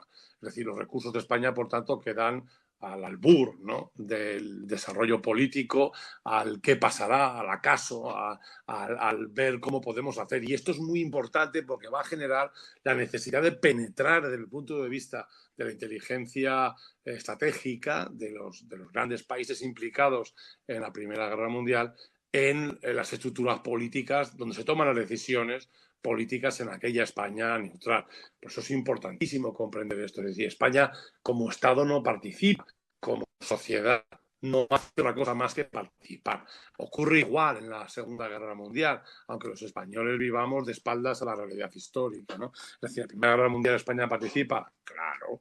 ¿España es un país contendiente? No. ¿Los factores económicos que se desarrollan en España forman parte de los factores económicos en disputa durante la Gran Guerra? Por supuesto, ¿no? Bien, por favor, si quieres puedes pasar. David, muchas gracias. Bueno, antes he avisado bibliográficamente que iba a hacer un par de recomendaciones, ¿no? Yo creo que para entender, por un lado, políticamente cómo se desarrolla la guerra, cómo participa España en el proceso bélico, yo creo que el libro de Fernando García Sanz, la de España en la Gran Guerra, es la Biblia de este periodo histórico. Es un libro, yo creo que reciente en términos historiográficos, apenas tiene 7 u 8 años, ¿no? Es decir, Fernando García Sanz lo saca en torno al 2014, ¿no? Por tanto, yo creo que es un libro absolutamente reciente y en términos historiográficos difícil de superar, ¿no? Yo creo que Fernando García es un historiador, además de buen amigo, es un historiador espectacular, y por tanto su trabajo es increíble. En el caso de la formación de las redes de espionaje, y esto es muy importante comprenderlo, en el caso de el proceso de violencia política asociado a las redes de información y espionaje que se generan en España durante la Primera Guerra Mundial, el libro de Eduardo González Calleja y Polo Vert es magnífico, porque es difícil de entender cómo se criminaliza la política en España. Uno empieza a estudiar el proceso histórico en España y entiende el progreso de la violencia política a lo largo del siglo XX y no es capaz de comprender cómo se vuelve tan canalla, perdónenme la forma de expresarme, se vuelve tan canalla la política en España, se asocia tanto a la violencia política, cómo surgen estos grupos violentos que utilizan la violencia como un factor determinante. Eduardo González Calleja en este libro establece esa conexión entre esta penetración de las redes de información y espionaje internacionales en España con la constitución de los grupos de sabotaje, de propaganda, de desinformación y en consecuencia de violencia política en España a partir de 1918 se van a quedar de una forma perenne, ¿no? Yo creo que eso es interesantísimo para poder conectar A, B y después de B llegar a C y entender ese desarrollo, ese uso de la violencia política en España de los años 30, que muchas veces nos sorprende, ¿no? Nos sorprende cómo, llegado a un proceso democrático, supuestamente democrático, la sociedad o los grupos implicados en el proceso político optan por la utilización de la violencia en lugar del diálogo, el debate, por muy crítico o crispado que este sea, ¿no? Siempre hay una línea roja que no se pasa, porque en España esa línea roja no deja de pasarse a partir de 1931, ¿no? Yo creo que este uso de la violencia política para transformar la decisión de los demás se desarrolla en estos años, en este periodo del 14 al 18, y la presencia de estas bandas organizadas al servicio de un pensamiento político proclive a la germanofilia o la anglofilia, pues tiene que ver mucho con ello. Este trabajo magnífico, Nidos de espías, de mi colega y compañero de facultad, Olo González Calleja, y Polo Ver, por supuesto, yo creo que abre la luz, ¿no?, a este dilema, ¿no?, en el que se mueve uno cuando analiza esa erupción, de la violencia eruptiva en el proceso político español. Por favor, David, por favor, cámbiame, por favor, la diapositiva. Bueno, en términos, por tanto, estratégicos, España se mantiene políticamente, o yo diría oficialmente, neutral en este periodo. Es difícil pensar, bueno, el modelo político español es un modelo democrático en 1914, España experimenta una crisis clara a partir del 17 sobre todo, pero una crisis importante desde el 9, con la Semana Trágica de Barcelona, hay una crisis institucional muy importante, entonces España mantiene un sistema parlamentario no democrático, se mantiene neutral a partir del 14 por los factores esenciales que he venido describiendo desde el inicio de esta ponencia.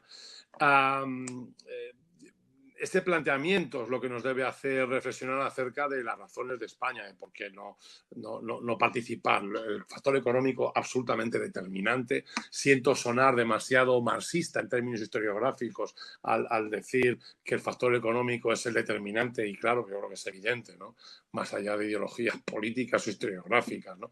Yo creo que es un factor imposible de evadir, ¿no?, en este intento de comprender la Primera Guerra Mundial. Indiscutiblemente, en estas dos alianzas, estos dos grupos de países que desarrollan el proceso de confrontación en la Primera Guerra Mundial, el protectorado de las Islas Canarias son un factor determinante para que España no se mueva. Ya sabemos que decimos el que se mueve no sale en la foto, ¿no? Pues España no se mueve para no perder, tener problemas en el protectorado, y por supuesto yo creo que más que el protectorado, perder la soberanía de las Islas Canarias. Esto es que los españoles de hoy en día no somos conscientes de comprender el peligro que corrió España entre 1914 y 1945 de perder la soberanía sobre las Islas Canarias, de que hubieran sido asumidas primero por los alemanes y después por los ingleses. España estuvo en un tris, es decir, le faltó esto, ¿no?, para perder el control, no el control, perder la soberanía, que aquello dejara de ser parte del Estado español y hubiese formado parte de cualquier otro Estado. Si en la Primera Guerra Mundial, por ejemplo, Alemania o Inglaterra hubiesen ocupado las Islas Canarias, España no había podido no había podido desarrollar de ninguna de las maneras una capacidad de respuesta ante tamaña agresión. Lo mismo puede ocurrir, podemos decir, con el protectorado marroquí, que sufre constantes agresiones y presiones y propaganda por parte del bando de las estructuras de inteligencia alemanas, ¿no? Quizás para fomentar y provocar esa participación de los españoles o de la sociedad española en la Primera Guerra Mundial. Pero sobre todo yo atiendo desde el punto de vista estratégico, político español, a la defensa de las Islas Canarias, como la necesidad de preservar la integridad del Estado español. Por favor, David, cámbiame de diapositiva, siento darte la murga con esto, compañero. Bueno, pues el protectorado marroquí, como os he dicho, como he venido diciendo, es un factor determinante en la política española. Yo creo que en todo el siglo XX, las cosas como son, es decir, podríamos hablar de la creación de una clase militar asociada a una crueldad excesiva o a un belicismo a veces incomprensible, ¿no? El desarrollo de la política española en el protectorado marroquí no se puede comprender con un proceso político y social democrático. Es decir, es incomprensible que en una democracia se desarrollara esta actividad en un protectorado como era el marroquí, tan complicado y tan derivado hacia un enfrentamiento permanente, ¿no? No voy a profundizar, yo creo que esto daría para otro seminario, David, querido compañero, para hablar del protectorado marroquí y cómo afecta aquello a la estabilidad de Europa y cómo los españoles llegamos allí, cómo se desarrollan redes de inteligencia y cómo afecta esto en el belicismo y militarismo español, cómo los militares africanistas se convierten en protagonistas de un ejército que luego va a liderar España durante 40 años del siglo XX, ¿no? y huyendo y escapando de interpretaciones organizaciones políticas interesadas, desde un punto de vista básicamente historiográfico o histórico, yo creo que queda claro y evidente la necesidad de comprender la importancia que tiene el protectorado marroquí. Entonces, para los españoles, la defensa, la preservación del protectorado marroquí, yo creo que es absolutamente necesario de asumir en este periodo. Para los españoles, que los alemanes movilizaran su marina para afectar o atacar o asustar, digámoslo así, ¿no?, a los puertos de Melilla, de Ceuta, Tánger, toda esta zona de Tuán, toda esta zona que tenemos vista, que estamos viendo ahora mismo en este mapa del protectorado español en Marruecos, pues esto genera una preocupación básica en las élites sociopolíticas españolas y militares, no en la sociedad básica. Para los españoles era un lugar terrible donde iba uno militarizado a luchar contra aquellos rifeños que defendían sus tierras con uñas y dientes y que provocaban catástrofes militares en un ejército claramente popular, bajo ningún punto de vista profesional, ¿no? Pues yo creo que, como he dicho, eso es otro tipo de discusión, ¿no? Si quieres puedes pasar, por favor. Creo que este es un tema muy interesante para debatir en esta circunstancia, ¿no? El papel de los protectorados, ¿no?, desde el punto de vista político y estratégico, cómo el ejército y lo militar se convierte en un factor determinante desde el punto de vista político, que se puede trasladar no solo a España, sino a cualquier país de Europa y del mundo, ¿no? Como estos espacios asumidos por cuestiones políticas internacionales provocan realmente estos enfrentamientos, ¿no? Bueno, sé que me enrollo mucho, discúlpenme, pero creo que todos los temas son interesantes, por lo menos son para mí. Al final acabo desarrollando ponencias interminables, espero no estar aburriéndoles. Bueno, la autoridad española, por tanto, en términos estratégicos, yo diría lo siguiente: ¿qué importa o qué interesa de España en la Gran Guerra? Esto es muy interesante, ¿no? Muy interesante de asumir, porque hemos hablado de los miedos de España, de las preocupaciones de España en la insularidad, la pérdida de soberanía y, por supuesto, la pérdida del protectorado, ¿no? Que eso era importante en términos políticos. Pero ¿qué quieren los dos grandes grupos, los dos grandes ejes que se enfrentan en esta Primera Guerra Mundial? ¿Qué quieren de España? España es un pequeño país, España no es un país enorme, España no es Rusia, España no son recursos económicos infinitos. Sin embargo, hay intereses en esa España siempre, de verdad, secundarios, que esto hay que tenerlo presente, porque si hubieran sido intereses de carácter primario, habrían invadido España, habría habido conflicto militar en España. Son intereses secundarios, es decir, no pensemos que España era tan importante como para focalizar cualquier movimiento en la Primera Guerra Mundial y, por supuesto, la Segunda menos, ¿no? Esto quiere decir que los españoles, evidentemente, ofrecíamos como nación, como Estado, algo que tenía interés, por eso la penetración de la inteligencia de los dos bloques, ¿no? Para tanto la Triple Entente como para la Triple Alianza, los recursos económicos de España son importantes, ¿no? Por un lado, los combustibles, ¿no? No es que España tenga recursos energéticos, que no los tiene, pero la transformación y el refinamiento de petróleo y la generación de combustibles, esto sí que va a generar un interés muy importante en ambos bloques, ¿no? España tiene refinerías o tiene puertos donde se refina el petróleo y se generan combustibles que son básicos para determinados factores estratégicos de la Primera Guerra Mundial. Hace falta gasolina para los aviones, hace falta gasolina para los tanques, hace falta gasolina y combustibles para mover esos ejércitos inmensos, ¿no?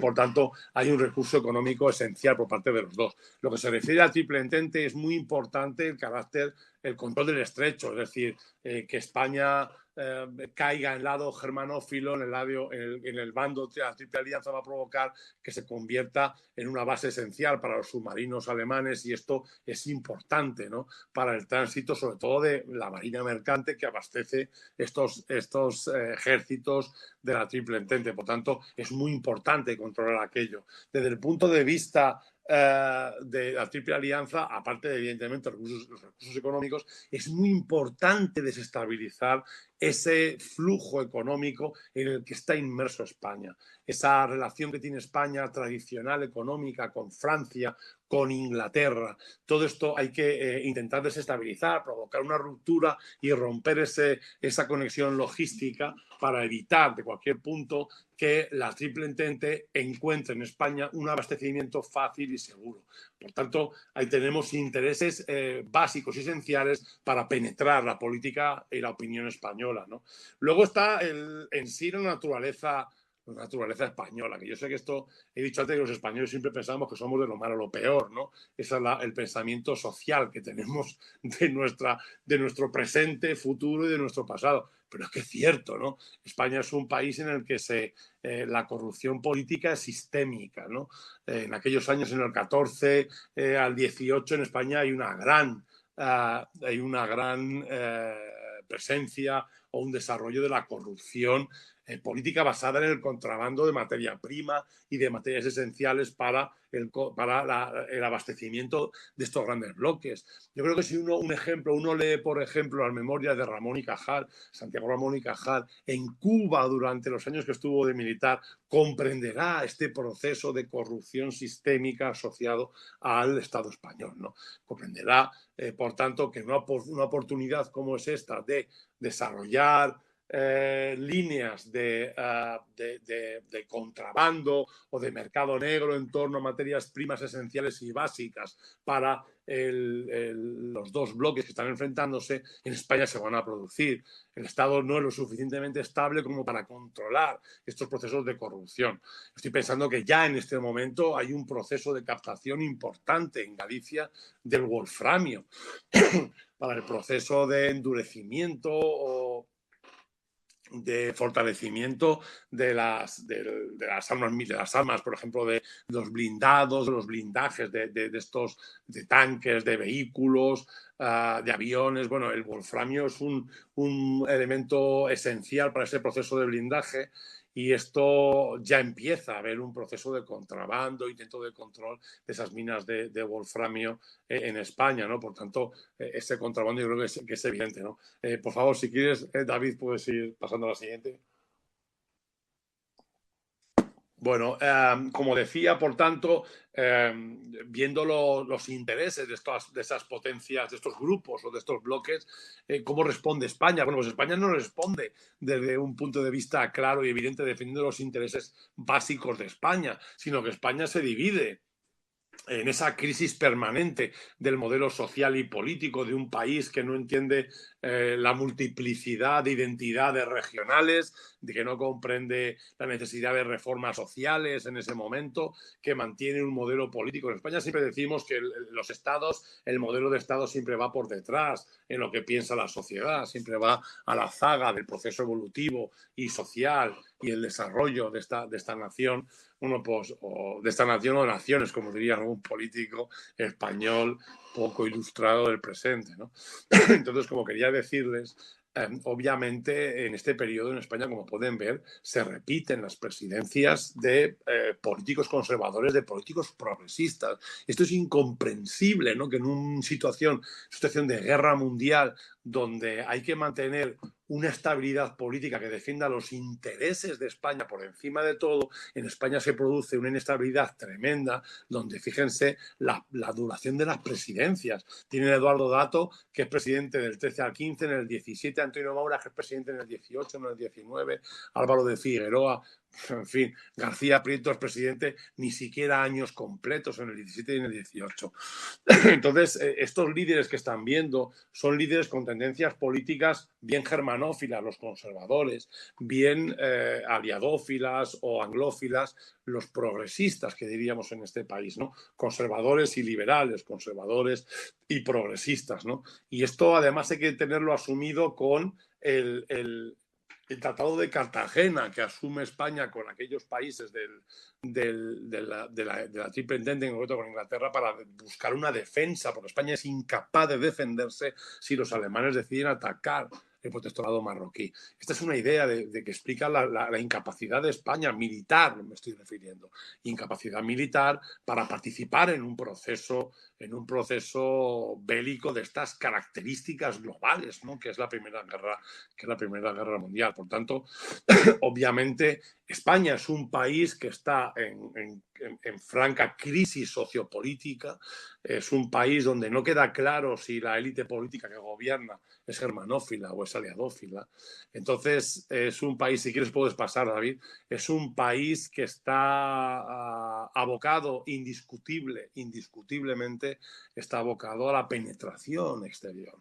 Es decir, el espionaje en España, yo diría más que el espionaje, la contrainteligencia en España es básica en esta Primera Guerra Mundial. España es un país que puede ofrecer desde un nivel 2 o 3 de recursos, puede ofrecer un apoyo a uno u otro bando, y en ese sistema, en esa situación, evidentemente es muy importante la contrainteligencia, la propaganda y la desinformación. Es por ello más que necesario entender o asumir que en España va a haber penetración de redes de espionaje e inteligencia durante estos años, ¿no? Si quieres puedes pasar. Perdón. Bien, la primera, vamos a ir analizando un poquito así las redes, ¿no? Tampoco quiero extenderme demasiado, que supongo que hay otros ponentes que necesitan más de tiempo, no lo voy a ocupar yo todo el tiempo posible, ¿no? Sé que están ustedes encantados con mi ponencia, pero también he de comprender que hay otros colegas que son tan buenos o mejores que el que les está hablando y merecen su tiempo, ¿no? Bien, las redes de inteligencia que se desarrollan en esta guerra en España, ya he dicho que en España hay redes policiales bien desarrolladas, generalmente foráneas, y que hay redes político-militares embrionarias en España. Es más, hasta la final de la Segunda República, inicio de la Guerra Civil, en España no va a haber redes de información, redes de inteligencia militar relevantes, ¿no? Hasta el año 34 en adelante, no va a haber un desarrollo de estas redes de inteligencia y espionaje importantes en España, ¿no? Propias, quiero decir. La red principal o la más desarrollada es la francesa, ¿no? Aquí tienen la estructura básica. La estructura básica, como les he dicho, esencialmente de contraespionaje. Los franceses llevaban presentes aquí, ya se lo he dicho al inicio de esta ponencia, motivados por cuestiones policiales desde los años 90 del siglo XIX, preocupados por ese desarrollo específicamente en Barcelona, un poquito menos en Madrid, pero sobre todo en Barcelona, ese desarrollo de la violencia política, del terrorismo, como se decía en aquel momento, anarquista. El concepto de terrorismo es uno de esos conceptos que animo a mi querido colega David de Caisal a que organice otro encuentro académico en el que hablemos de los orígenes del terrorismo, ¿no? Porque los españoles ahí sí tenemos un reintegro importante, y Barcelona como capital de aquella rosa de fuego, que es como se llamaba a la maravillosa y bellísima ciudad de Barcelona, se llamaba en aquel momento por la incidencia del terrorismo social, político, sobre todo anarquista, ¿no? En aquel momento, ¿no? Bueno, ya hay una red de inteligencia, más bien de información, diría yo, ¿no? Sobre esos mimbres, que diría mi señor padre, sobre esos mimbres se construye una red de inteligencia durante la Primera Guerra Mundial en España, para que parte del segundo buró francés, que es el nivel de inteligencia o dentro de la estructura de inteligencia o de información militar y policial, sobre todo militar. A partir del segundo buró se genera una red de contraespionaje en España. Se desarrolla en España y en Suiza. Yo creo que se copia el modelo de Suiza y se pasa a España, ¿no? Allí ven los individuos que van formándose, ¿no? Como les he dicho, en Barcelona ya hay una estructura que la desarrollan comisarios in situ, es decir, que están invitados a participar, están integrados ya en la vida barcelonesa, ¿no? Como son Monet Carrer, ¿no? Luego Collard y Picard van a ser comisarios que formen parte de esta red de información policial para atender y anticiparse a estas acciones de carácter terrorista, ¿no? Sobre esa red de información policial, Neuville y de Viñes van a desarrollar esta red de inteligencia con una red, una estructura que va a ir desde Barcelona hasta Bilbao.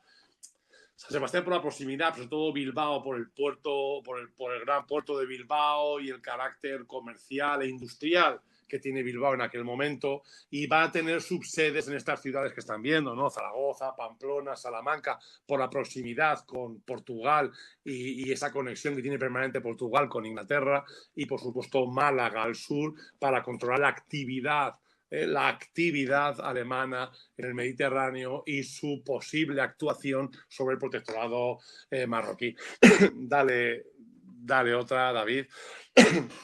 Aquí tenemos al embajador de Francia en España, a la derecha de su imagen, a la izquierda el oficial de inteligencia superior de Viñes, como he dicho. Bueno, son las imágenes. Me gusta siempre poner cara a los espías, que es una cosa muy divertida, ¿no? Porque siempre pensamos que los espías viven ocultos, que nadie sabe quién son, nada más lejos de la realidad, ¿no? Los espías son personas corrientes y cotidianas que todo el mundo conoce, y luego ya cuando uno descubre que es espía dice, anda, pero este era espía. Pues miren, fíjense, sí, el embajador era espía. De hecho, que alguien en el siglo XX se sorprende de que un embajador realiza acciones de espionaje, bueno, pues es que no vive en este mundo, ¿no? David, ¿puedes cambiar, por favor?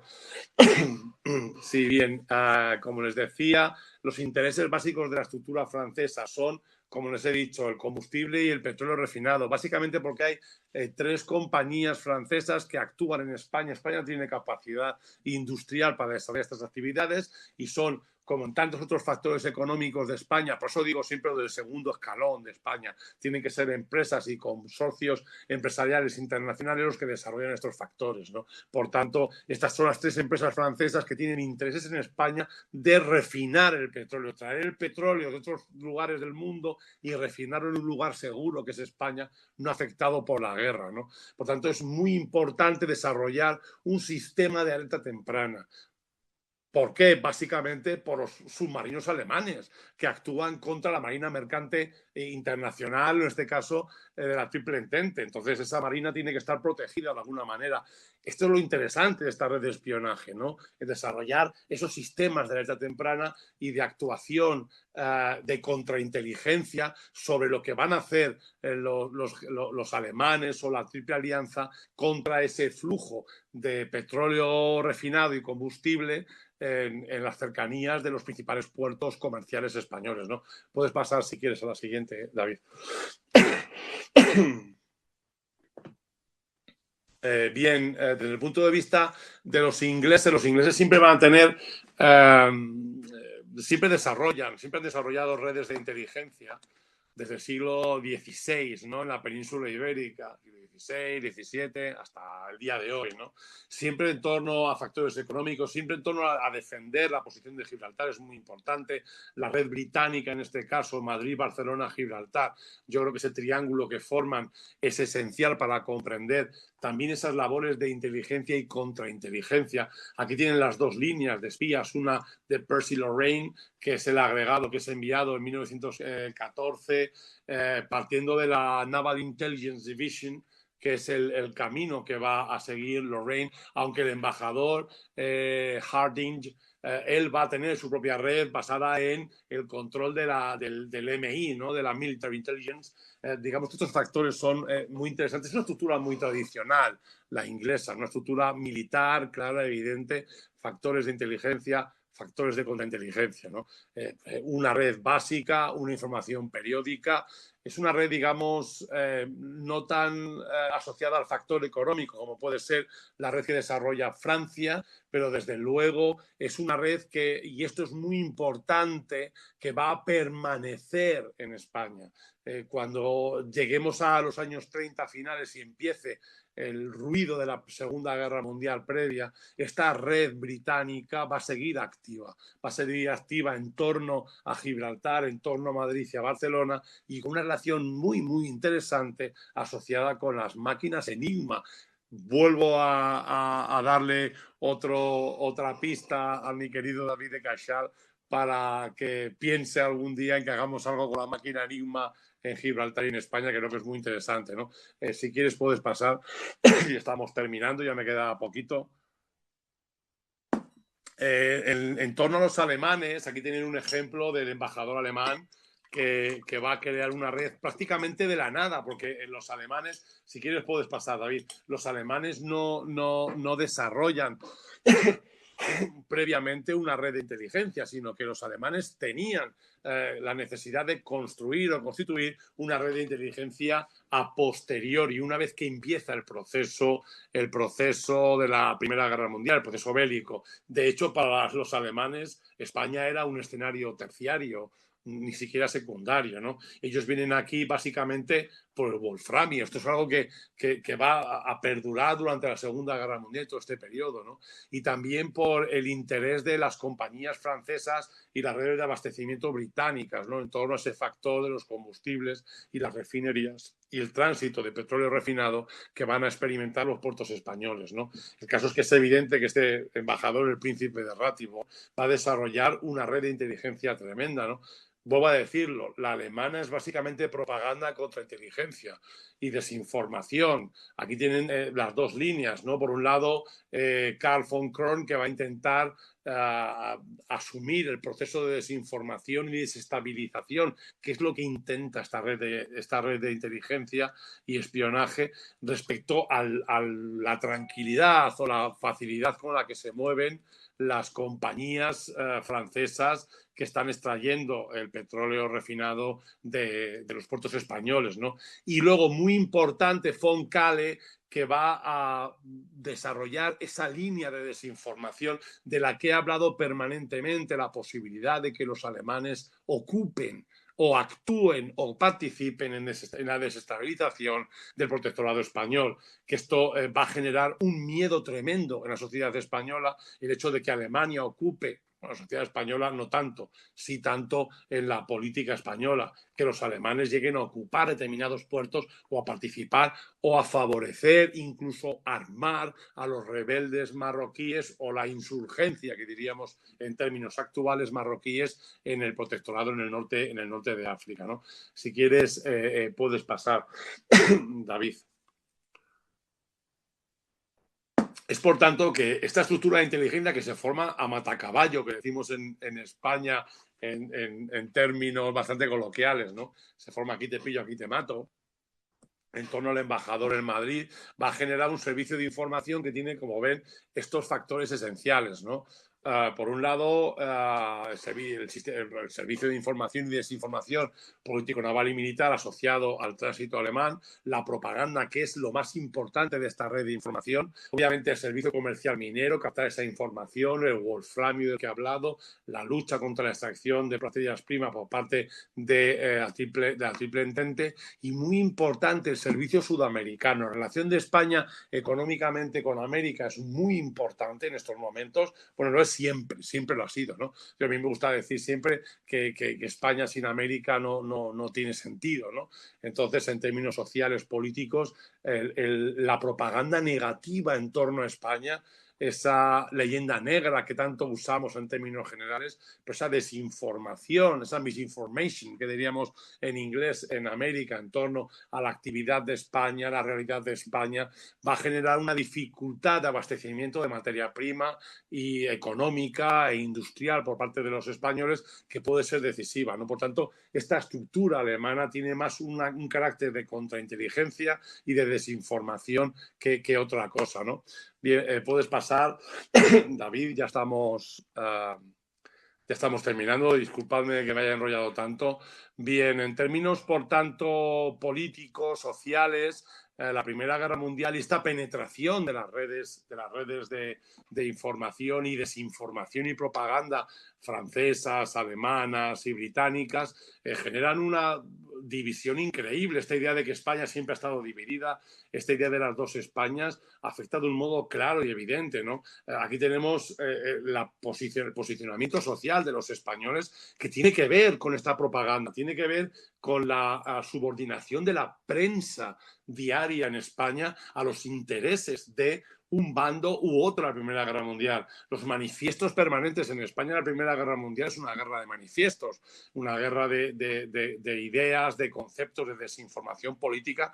Vamos, David me comprenderá si digo que más o menos como hoy en día, ¿no? Que uno no entiende que exista alguien que pueda llamarse periodista en este país, ¿no? Sino más bien informador o desinformador, que diría yo, ¿no? Entonces, los aliadófilos, aquí tenemos los grupos sociales que están asociados a los aliadófilos, teniendo en cuenta cuál es la tendencia española. No olvidemos que el rey de España está casado con una inglesa, con una princesa inglesa en este momento, ¿no? Y que teóricamente la relación de la monarquía española debe ser más proclive al bando anglófilo, ¿no? Pero tenemos como aquellos progresistas y aquellos que defienden un perfil más republicano, más tendente a un proceso democratizante, van a ser partidarios del bando aliado, ¿no? Del bando de la triple entente, regionalistas, republicanos, bueno, en fin, todos los que vemos, ¿no? Sin embargo, la inmensa mayoría de la sociedad, porque esto hay que decirlo así, que es monárquica, que en una buena parte es defensora de la tradición, de las constantes,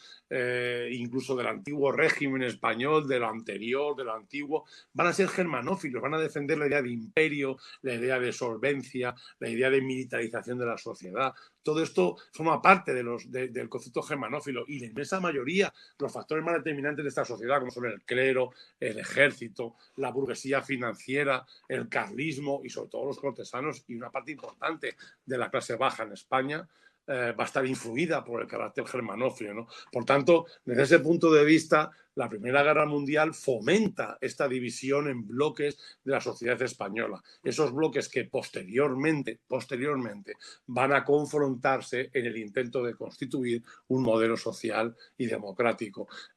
Si quieres pasar ya la penúltima diapositiva, bueno, esa España que vive completamente ajena a la realidad del mundo, esa España que teóricamente no forma parte de la confrontación mundial, esa España que está profundamente dividida desde el punto de vista social y político, que va a exacerbar esta confrontación de bloques y este uso de la violencia política, yo creo que es la asunción clara y evidente de lo que va a transformar Europa y el mundo en estos primeros años del siglo XX, sobre todo en este proceso político y militar de la Primera Guerra Mundial. Yo creo que ya con esto termino, agradezco, disculpo haberme extendido demasiado. Ya he dicho que es un tema muy interesante, que en términos de la política española es interesantísimo, que tiene unas derivadas increíbles que nos puede permitir discutir y debatir en múltiples seminarios. Pero bueno, en fin,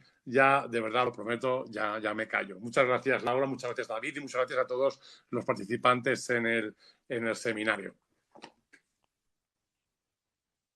Doctor Juárez, muchísimas gracias. Una magnífica ponencia la que ha tenido el día de hoy. Obviamente es un tema tan controversial y tan interesante que para toda la audiencia creo que fue completamente inspiradora. También, como saben, durante el transcurso de la presentación recibimos diferentes preguntas que claramente también tienen todos nuestros alumnos. David, ¿qué te parece si iniciamos con esta sesión de preguntas por parte de los participantes? Perfecto, Laura. Si te parece, empezamos con la primera de las preguntas. Que dice, Perfecto. el 7 de agosto de 1914, la Gaceta de Madrid anunció la neutralidad de España en la Primera Guerra Mundial, cubriendo las funciones del actual Boletín Oficial del Estado. El rey Alfonso XIII consideraba que el país no estaba preparado para una guerra ni a nivel militar, ni político, ni económico, como muy bien nos ha explicado el profesor Juárez. ¿Cuáles crees, Eduardo, que hubieran sido las repercusiones de la entrada de España en la guerra? ¿De haber entrado, lo hubieran hecho del lado de Francia y de Gran Bretaña o quizá del bando de los imperios centrales? Bueno, pues yo pienso que la tendencia española a principios del siglo XX, desde el punto de vista sociopolítico y los factores determinantes, era más bien conservadora, ¿no? Por tanto, yo creo que es evidente que aquella España habría entrado, de haber entrado en la zona en la posición germanófila, por mucho la posición de la Triple Alianza. Yo creo que habría sido ese el camino de España, básicamente porque es una sociedad esencialmente monárquica. Esto sé que es complejo de definir y de defender, pero es más que evidente, ¿no? Es decir, incluso las catástrofes que se provocan, bueno, aparte del trienio bolchevique y la crisis del 17, es el momento en que está surgiendo el movimiento obrero de carácter, un carácter político importante en España. Yo creo que, evidentemente, en el 14, si tenemos que centrarnos en el 14, que es el momento en que se inicia la Primera Guerra Mundial, España, en defensa de los intereses propios económicos exteriores, habría entrado probablemente en el bando alemán, ¿no? En el bando alemán, por mucho que veamos, como ya hemos dicho, aquello. Las consecuencias para España habrían sido catastróficas porque España tendría que haber enfrentado la presencia de Inglaterra en el estrecho de Gibraltar, y esto habría provocado un enfrentamiento inevitable con el Reino Unido y, por supuesto, con Portugal. Portugal siempre ha sido tradicionalmente un aliado estratégico inglés desde la Edad Media, ¿no? Entonces, habría sido una confrontación prácticamente entre España y Portugal. Esa guerra mundial se habría traducido en España. Sé que esto es hablar de easy, ¿no? Como siempre decimos los historiadores, ¿no? Pero se habría traducido en un enfrentamiento hispano-portugués, que yo creo que es justo lo que no hemos pretendido jamás que ocurra, ¿no? Creo que nos sentimos hermanos, yo por lo menos, ¿no? Pues ya es otra cosa diferente, ¿no? Se sienta uno a lo que realmente diga la historia, pero en líneas generales creo que la tendencia era esa. Yo creo que el miedo que tenía Alfonso XIII y la Cámara política, el grupo político que representaba en aquel momento, independientemente de los líderes políticos, si fuesen conservadores o fuesen progresistas, era la tendencia de una sociedad evidentemente católica a defender la idea de imperio, ¿no? Que representaba Alemania. Y por tanto, el asumir el enfrentamiento directo y evidente contra el Reino Unido y, por consiguiente, contra Francia. Entonces, la tradición antifrancesa de los españoles es muy importante en términos políticos, quiero decir. Por tanto, el panorama era aterrador para España. Quizás por eso yo creo que, afortunadamente, no se participó de aquel conflicto. Muchas gracias, Eduardo. Si te parece, Laura, la siguiente pregunta. Por supuesto. Vamos con una siguiente pregunta que tienen los alumnos. ¿El que España fuera neutral se puede considerar positivo al quedar fuera de un conflicto de estas dimensiones, o será al final de una gran debilidad para España no estar presente en ese conflicto, que viene marcado obviamente por las derrotas de Cuba, Filipinas y la campaña de Marruecos? Bueno, pues es un poco lo que hemos ido, lo que he ido definiendo a lo largo de la ponencia, ¿no? Yo creo que es que, veréis, tiene que ver principalmente con la incapacidad del país para tener esa importancia, ¿no? Es decir, España tenía un conflicto que llevaba arrastrando casi siglo y medio en torno al modelo de Estado, ¿no? Para participar en un conflicto internacional de estas características tiene que estar clara la decisión de toda la nación. Para empezar, el concepto en sí de toda la nación. Los españoles en 1914 ni siquiera éramos capaces de definir lo que era la nación española. Yo creo que tenemos dificultades a día de hoy, que tenemos una constitución democrática, de tomar esa decisión. A la prueba me remito. Y imagínense en 1914, ¿no?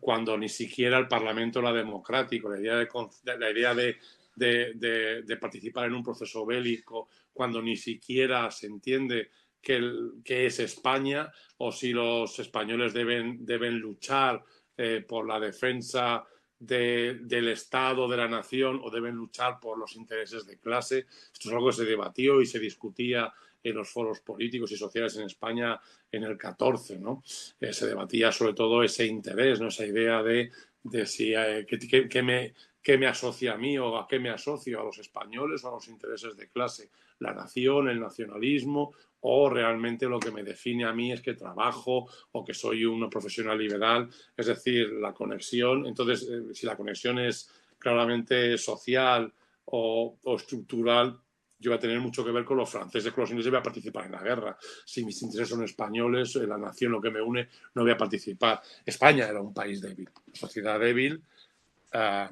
Yo creo que en términos ya historiográficos, esa permanente debilidad es lo que nos hace fuertes a los españoles, aunque no lo entendamos. Yo creo que esa debilidad es lo que impide que España participe en la Primera Guerra Mundial. Y en términos de consecuencias, pues del factor económico y demográfico, es positivo. España no participa en una guerra que tuvo millones de bajas y de muertos y una catástrofe humanitaria. En términos políticos, España se queda fuera de. Es decir, España no participa en el momento crucial en 1914 y no va a participar en 1939. Entonces, es muy importante el carácter también que desarrolla España de esa insularidad. Somos una península, pero actuamos como una isla, ¿no? Es decir, nos interesa lo nuestro y nos preocupamos de lo nuestro. Y esto es muy importante para la comprensión actual de la realidad española, que seguimos viviendo y preocupándonos y entendiendo la historia de España así, la historia de España, y no entendiendo la historia de Europa o la historia del mundo. Es decir, que España ha formado parte de un contexto internacional. Entonces, el no participar en la Guerra Mundial significa que España tiene unos problemas y son sus problemas. Entonces, desde ese punto es claramente negativo. Hasta que no se desarrolle el movimiento europeísta en los años 60 finales y ya en los 70, con la proclamación de la democracia y luego la entrada a la Unión Europea, ese concepto de formar parte de algo más grande. España está fuera de las Naciones Unidas hasta los años 50. Esto va a provocar ese concepto de la historia de España, la historia de la literatura española, del arte español, del pensamiento español, es decir, todo muy cerrado, muy insular, y esto evidentemente es una consecuencia absolutamente negativa de no asumir los problemas de Europa como problema, o del mundo entero, como parte de nuestros problemas.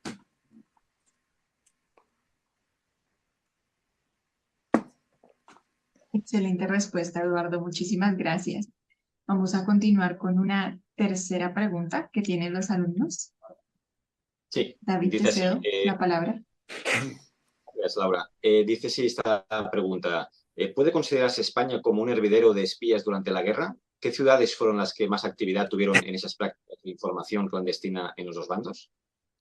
Indudablemente es un hervidero de espías. Yo creo que el libro que les he puesto, en la presentación de Eduardo González Calleja y Polo Ver, el nido de espías, España es un nido de espías, y es un nido de espías durante la Segunda Guerra Mundial. Cualquier país que está en una posición estratégica importante y no participa de la guerra es un nido de espías, ¿no? Las principales ciudades, políticamente hablando, Barcelona y Madrid, yo creo que es indiscutible. De hecho, en Madrid y en Barcelona, aquel que conozca un poco la ciudad sabe los bares de los espías.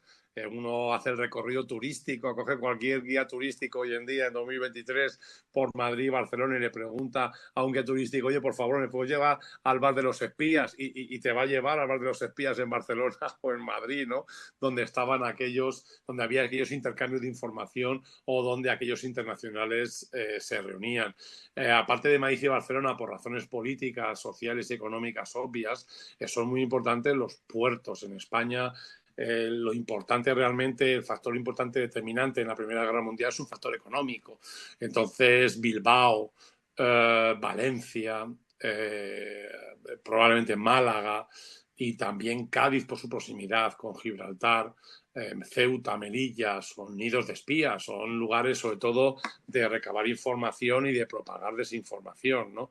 Yo creo que ese aspecto es importante. Antes he citado Salamanca en uno de los ejes y de líneas de espías por su proximidad con Portugal. Es la principal gran ciudad. Generalmente nos olvidamos de Zamora, los españoles, que está tan cerca de Portugal como pueda estar Salamanca, pero es Salamanca, por el río, por la conexión fluvial, por la conexión histórica, el camino principal para ir a Portugal. Los españoles, cuando vamos a Portugal, vamos generalmente por Salamanca, ¿no?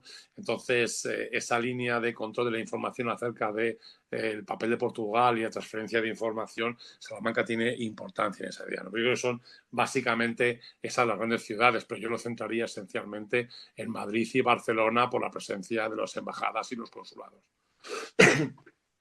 Muchas gracias, Eduardo, por esta fantástica respuesta. Bueno, vamos con una siguiente pregunta por parte de los alumnos, que preguntan lo siguiente. ¿Podemos considerar que todas las potencias aliadas con intereses en España, la que realizó un mayor esfuerzo de movilización de recursos humanos y materiales en materia de servicios de información, fue Francia? Bueno, Francia es la que tenía, como he dicho antes, la que tenía una red ya preexistente, ¿no? Entonces a Francia quizás es la que le cuesta menos desarrollar estas redes de información y sobre todo de protección, ¿no? De contrainteligencia. Es la que menos le cuesta, ¿no? Yo en cuanto a esfuerzo económico y humano, yo apostaría por Alemania, ¿no? Alemania, es cierto que Francia tiene, como he dicho, una red ya preexistente y tiene recursos tanto humanos como militares, como económicos y tecnológicos para recabar información y preservar sus intereses en España. Yo diría que es Alemania. Básicamente, cuando uno crea de la nada una red de información, tiene que meter allí todo lo que tiene, ¿no? Además, cuando el objetivo esencial es la desinformación, yo creo que es Fernando García Sanz en su libro el que dice que no entiende cómo España no declaró la guerra a Alemania por las barbaridades que llegó a hacer Alemania o los intentos de abusar el abuso sobre la soberanía española en el protectorado y en algunos de los puertos del Mediterráneo, ¿no? Entonces yo creo que en ese aspecto el esfuerzo alemán es encomiable en términos de gestión de la información y de estructuras y de generación de una realidad de desinformación y de propaganda política, ¿no? Por tanto, yo diría que eso, aunque fijaos que he dicho que Francia era la preexistente, Alemania es la que más esfuerzo hace, pero no hay que olvidar nunca la red británica porque va a prevalecer. Es decir, cuando termine la Primera Guerra Mundial, va a haber aquí decimos recoger velas, ¿no? Tanto Francia como Alemania recogerán velas. La estructura inglesa va a prevalecer y la lucha para captar las máquinas Enigma, que esto es un tema interesantísimo, que va a desarrollar la red británica, va a estar allí. Y obviamente esa red británica es la que van a penetrar los rusos en los años de la Segunda Guerra Mundial y la Segunda Guerra y la Guerra Civil Española, la presencia de King Philby, de Cairncross y de algunos de los agentes dobles del anillo de Cambridge van a estar aquí en España, ¿no? Por tanto, la que prevalecerá será la británica, que sí preexistía era la francesa, y la que se forma a mayor velocidad y genera una necesidad mayor de recursos va a ser indiscutiblemente la red alemana. Excelente. Muchísimas gracias, doctor Juárez. Y vamos con una última pregunta para no cortar un poquito también las ponencias que tenemos más adelante. Sí, la última pregunta que nos envían nuestros alumnos es la siguiente. ¿Podemos decir que hubo consecuencias a corto, medio y largo plazo para España tras el fin de la Primera Guerra Mundial? ¿Podemos decir que España aprovechó esa debilidad de Francia para intentar ampliar su influencia en Marruecos? Bueno, yo fíjate que yo diría que no. Yo diría que en términos de la relación con Francia, España se aprovecha de Francia. En el 23, en el 25, el desembarco de Alhucemas es básicamente un desembarco francés. No nos olvidemos que ese desembarco, después de la catástrofe de Anual, ese desembarco francés, que es el desembarco anfibio más grande de la historia hasta que se produce el desembarco de Normandía, ¿no? De que igual se producen, por cierto, el año que viene 80 años, creo que se conmemoran, ¿no? De desembarco de Normandía. Yo creo que Francia sigue siendo un apoyo importante en el norte de África para los españoles, ¿no? Yo creo que España, las consecuencias, básicamente hay que asociarlas a la exacerbación de la ruptura social en base a la ideología política. Es decir, en España, en 1918, España tiene una crisis galopante política.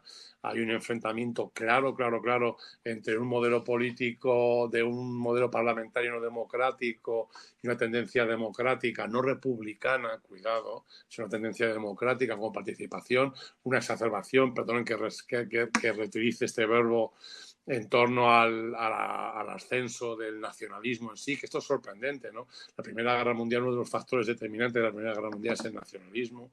En España no hay un nacionalismo, hay regionalismos antes de la Primera Guerra Mundial. Después de la Segunda Guerra Mundial ya podemos hablar de nacionalismos. En 1931, cuando cae la monarquía de Alfonso XIII y se desarrolla y se inicia la Primera República, en España hay una politización, una consolidación del pensamiento nacionalista, con la creación de las autonomías, ¿no? De las regiones con gobierno propio, ese mal endémico de la sociedad española de no entender el regionalismo como tal. Todo esto se alimenta o se ceba durante la Primera Guerra Mundial. El uso de la propaganda y la desinformación desaforada durante ese momento, la prostitución permanente de la prensa periódica. Esto es algo que los españoles pensamos cuando vemos esas películas estadounidenses como Todos los hombres del presidente, los papeles del Pentágono, y nos enseñan el modelo de periodismo. ¿Cuándo ha existido eso en España? El periodismo en España siempre ha estado sometido a intereses ideológicos, a intereses económicos y a factores políticos determinantes. Esto es lo que hacen los servicios de inteligencia extranjeros durante la Primera Guerra Mundial, que es penetrar esos periódicos para convertirlos en tabloides de manifiestos políticos, ¿no? Que eso es lo que se ha convertido o se convirtió la prensa española en aquel momento. De modo que yo creo que son evidentemente consecuencias negativas para España, y España en el protectorado marroquí subsiste. Es decir, España termina la Primera Guerra Mundial en el 18, no nos olvidemos, no hemos hablado nada del factor de la gripe. Bueno, eso da para, supongo que habrá otro ponente que hablará de ello, de aquella mal llamada gripe española, que es uno de los factores determinantes del final de la guerra, ¿no?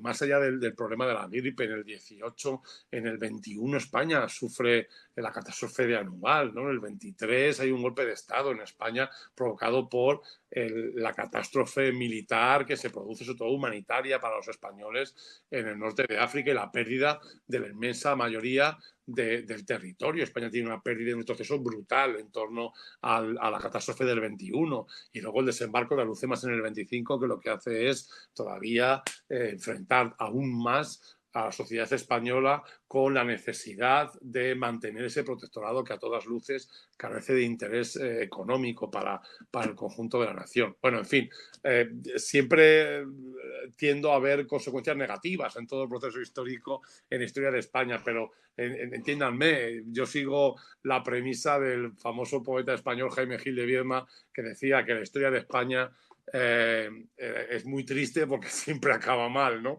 Entonces es imposible sacar un factor positivo de la participación española más allá del largo plazo, ¿no? Muchas gracias, Eduardo, por estas fantásticas respuestas. Muchas gracias y excelentes respuestas, doctor Juárez. Considero que todos nuestros alumnos y la audiencia en general quedaron también completamente maravillados con tal contenido. Muchas gracias. Ahora quiero cederle la palabra a David para que realice un breve resumen de lo que hemos visto en esta ponencia. Muchas gracias, Laura. Muchas gracias al profesor Eduardo Juárez. Bueno, ante todo, agradecerle su participación en este seminario de la Primera Guerra Mundial y felicitarle sobre todo por esa magnífica ponencia sobre germanófilos y anglófilos, desinformación e inteligencia en la España de la Primera Guerra Mundial, y también pues, que nos ha ilustrado pues, en ese detallado análisis histórico de la situación en la España de final del siglo XIX y principios del XX y las causas de nuestra neutralidad en la Gran Guerra, y sobre todo esa participación de los dos bandos que presionaban para que España, bien del lado de la Triple Entente o bien de la Triple Alianza, entrara en el conflicto. Y sobre todo agradecerle el que nos haya aportado un poco más de luz a esas penumbras, ¿no? de esa España de 1914. Muchas gracias. Gracias a vosotros. Gracias, doctor Juárez.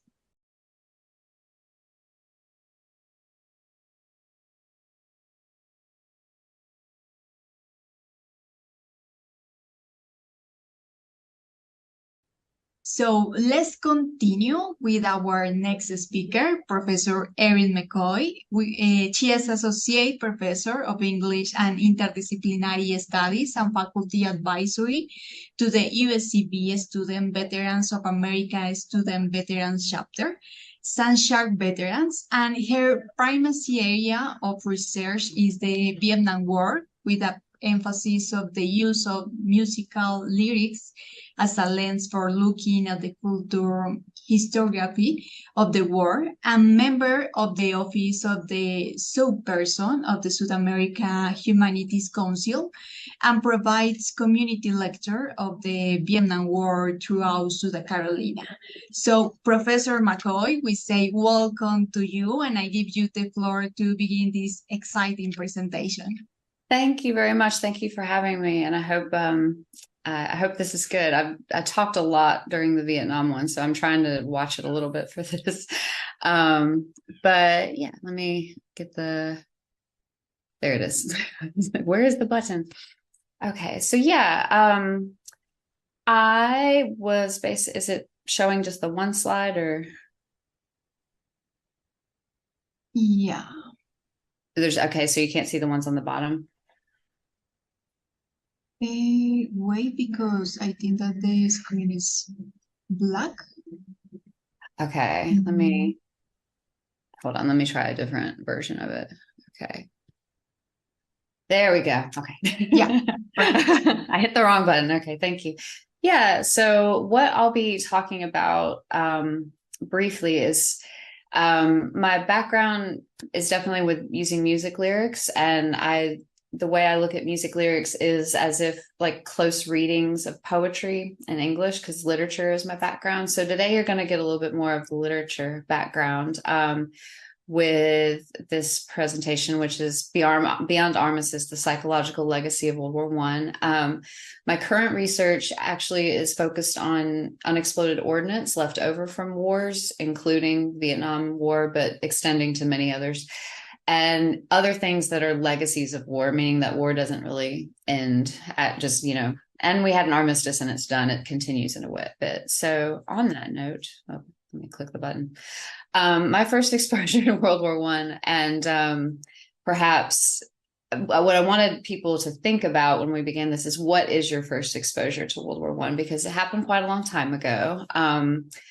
In where I grew up in the United States, which is in the American South, World War I I don't remember learning very much about it. Like Franz Ferdinand, Archduke, kind of thing. Like it wasn't a huge war. And then it was World War II, and we spent a lot of time on World War II. So the first time I really was cognizant of World War I is a music video by the band Metallica for the song One. I invite anyone watching to, you can go watch it on your own. It's quite I rewatched it the other day. I'm like, wow, I can't believe I watched this when I was like 7 or 8 years old, or 6 or 7 years old. But it's a really scary music video, and it's based off of a book called Johnny Got His Gun, and I think it's behind our heads here. So I'll move. There's the book there. I've read part of the book. It's a bit dense for me to read, but I didn't know this until I was researching for this presentation, actually. But yes, the video for Metallica's One is spliced together with bits from the film Johnny Got His Gun, which is a 1971 anti-war film, but it's made after a 1938 book about World War I. And it tells, it's bolded here a little bit, the story of a doomed World War I infantryman, Joe Bonham, who is hit by an artillery shell. He wakes up in a Stark hospital room with no limbs and a crude box-like mask covering the space where his face used to be.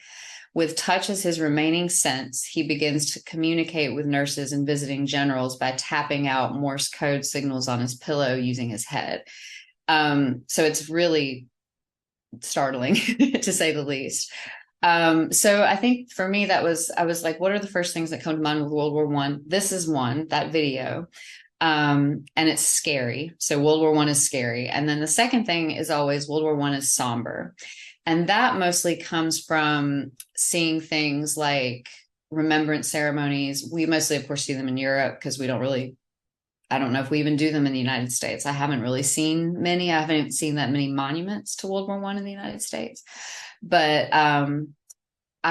this is my video that I took at the War Memorial in Australia in Canberra, and I'm going to play it a little bit. I'm not sure how good this is going to translate over on PowerPoint, but I figured I would play a smidgen. But this is the ceremony they do at the end of close business day of every day at the museum.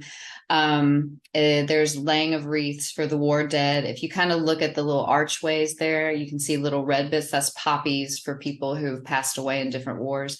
So every day I'd be down in the archives doing my research, and then I'd come upstairs and watch this. And if you hear squawking sounds, that is the cockatoos that are native to Australia. So these screeching birds that, they're normally fun parrots for us, but when they're not taught how to say things, they just squawk. So just a little bit of this, I'll play you here, but I'm looking, I'm like, and the poem, the end of it, that they always repeat, especially like on Anzac Day in Australia and New Zealand, is the part, they shall grow not old, as we that are left grow old. Age shall not weary them, nor the years condemn. At the going down of the sun in the morning, we will remember them. And then the people in the audience say, lest we forget. And this is a poem by Lawrence Benyon that came out from World War I. So, and it's very tied, I think, in Australia and New Zealand to the Gallipoli War in World War I. So that's their big tie there. But here's just a little bit of what those ceremonies look like. I find them very moving. So that's why I figured I'd pop it in here. So if I get them up, there we go. So don't weary them, nor the years condemn. At the going down of the sun, and in the morning, we will remember them.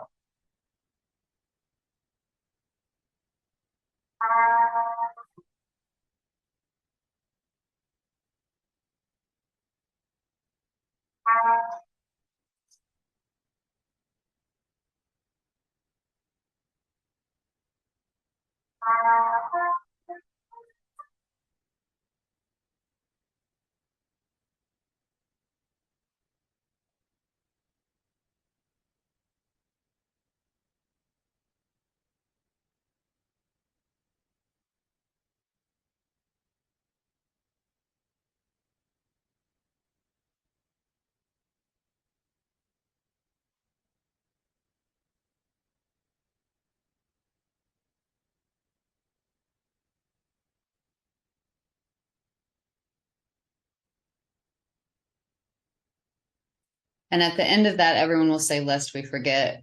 I'd never take footage thinking I'll show it to anyone else. So it starts to go cockeyed in a second. So I'm like, I'm just going to stop it right there. But you could hear the cockatoos, but it's very somber. And the wreath laying there around the pool there in that eternal flame, there's always one for a World War I soldier, like at every remembrance. So you could have like Iraq, Afghanistan, World War II, everybody there, but there's always a World War I soldier, which I thought was really neat. So World War I, scary and somber. So does that play out? Let's continue. In literature. So I love to use literature as a lens for looking at just about everything. So PTSD being one of them. And I picked a couple of characters to look out for today.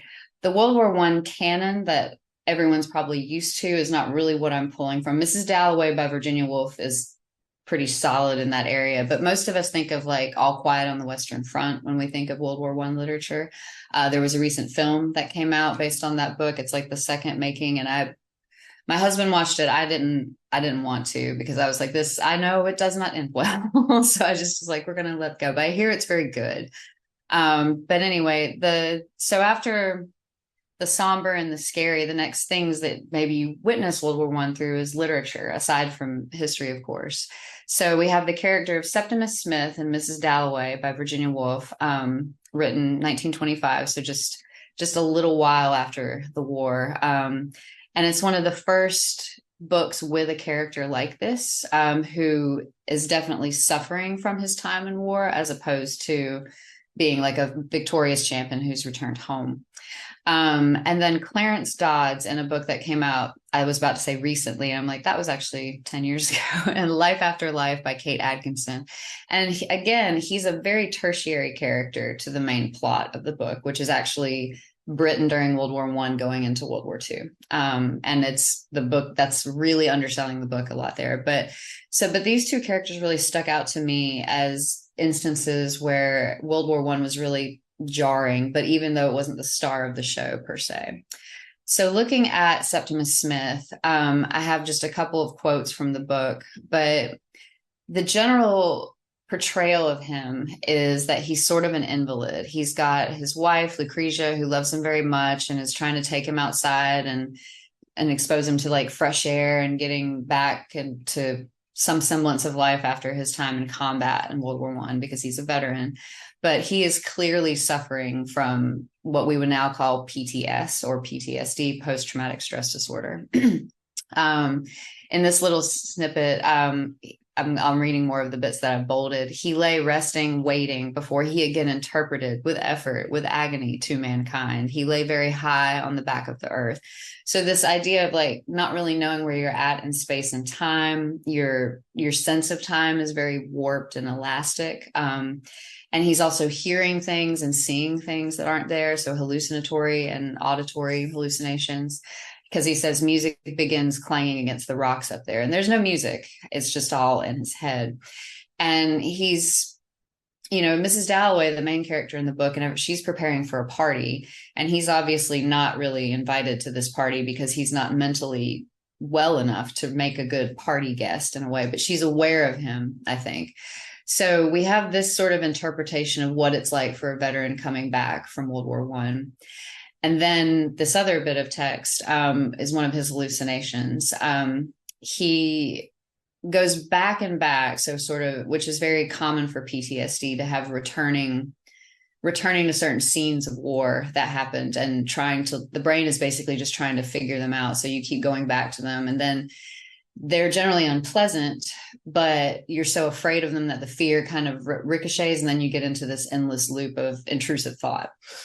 And this is the main one that he has throughout, which is seeing his friend Evans, who died in the war, coming back or being able to save him or something to that effect. So in this particular scene, the world wavered and quivered and threatened to burst into flames. It is I who am blocking the way, he thought, which is Septimus. But the branches parted. A man in gray was actually walking towards them. It was Evans, but no mud was on him, no wounds. He was not changed.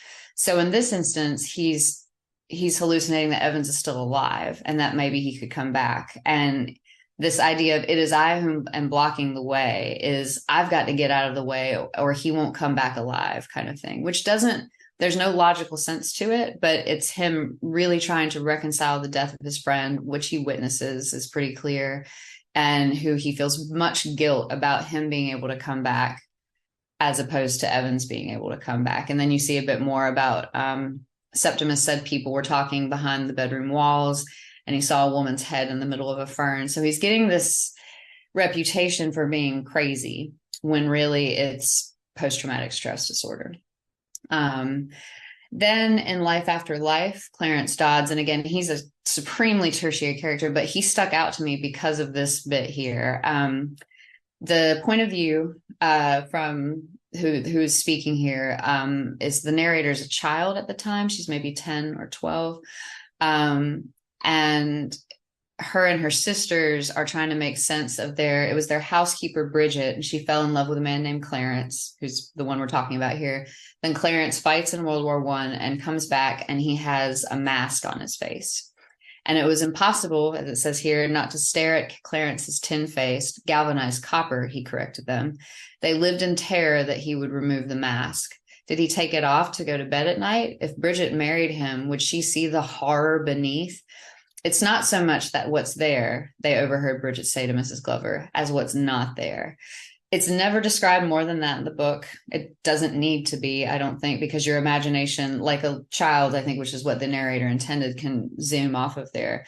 But the idea of the horror beneath, that's not only what happens to Clarence's face, but it's hinted throughout the book that he hasn't come back the same happy. He was a gardener, so he was very like out in the dirt, plowing, letting the kids play.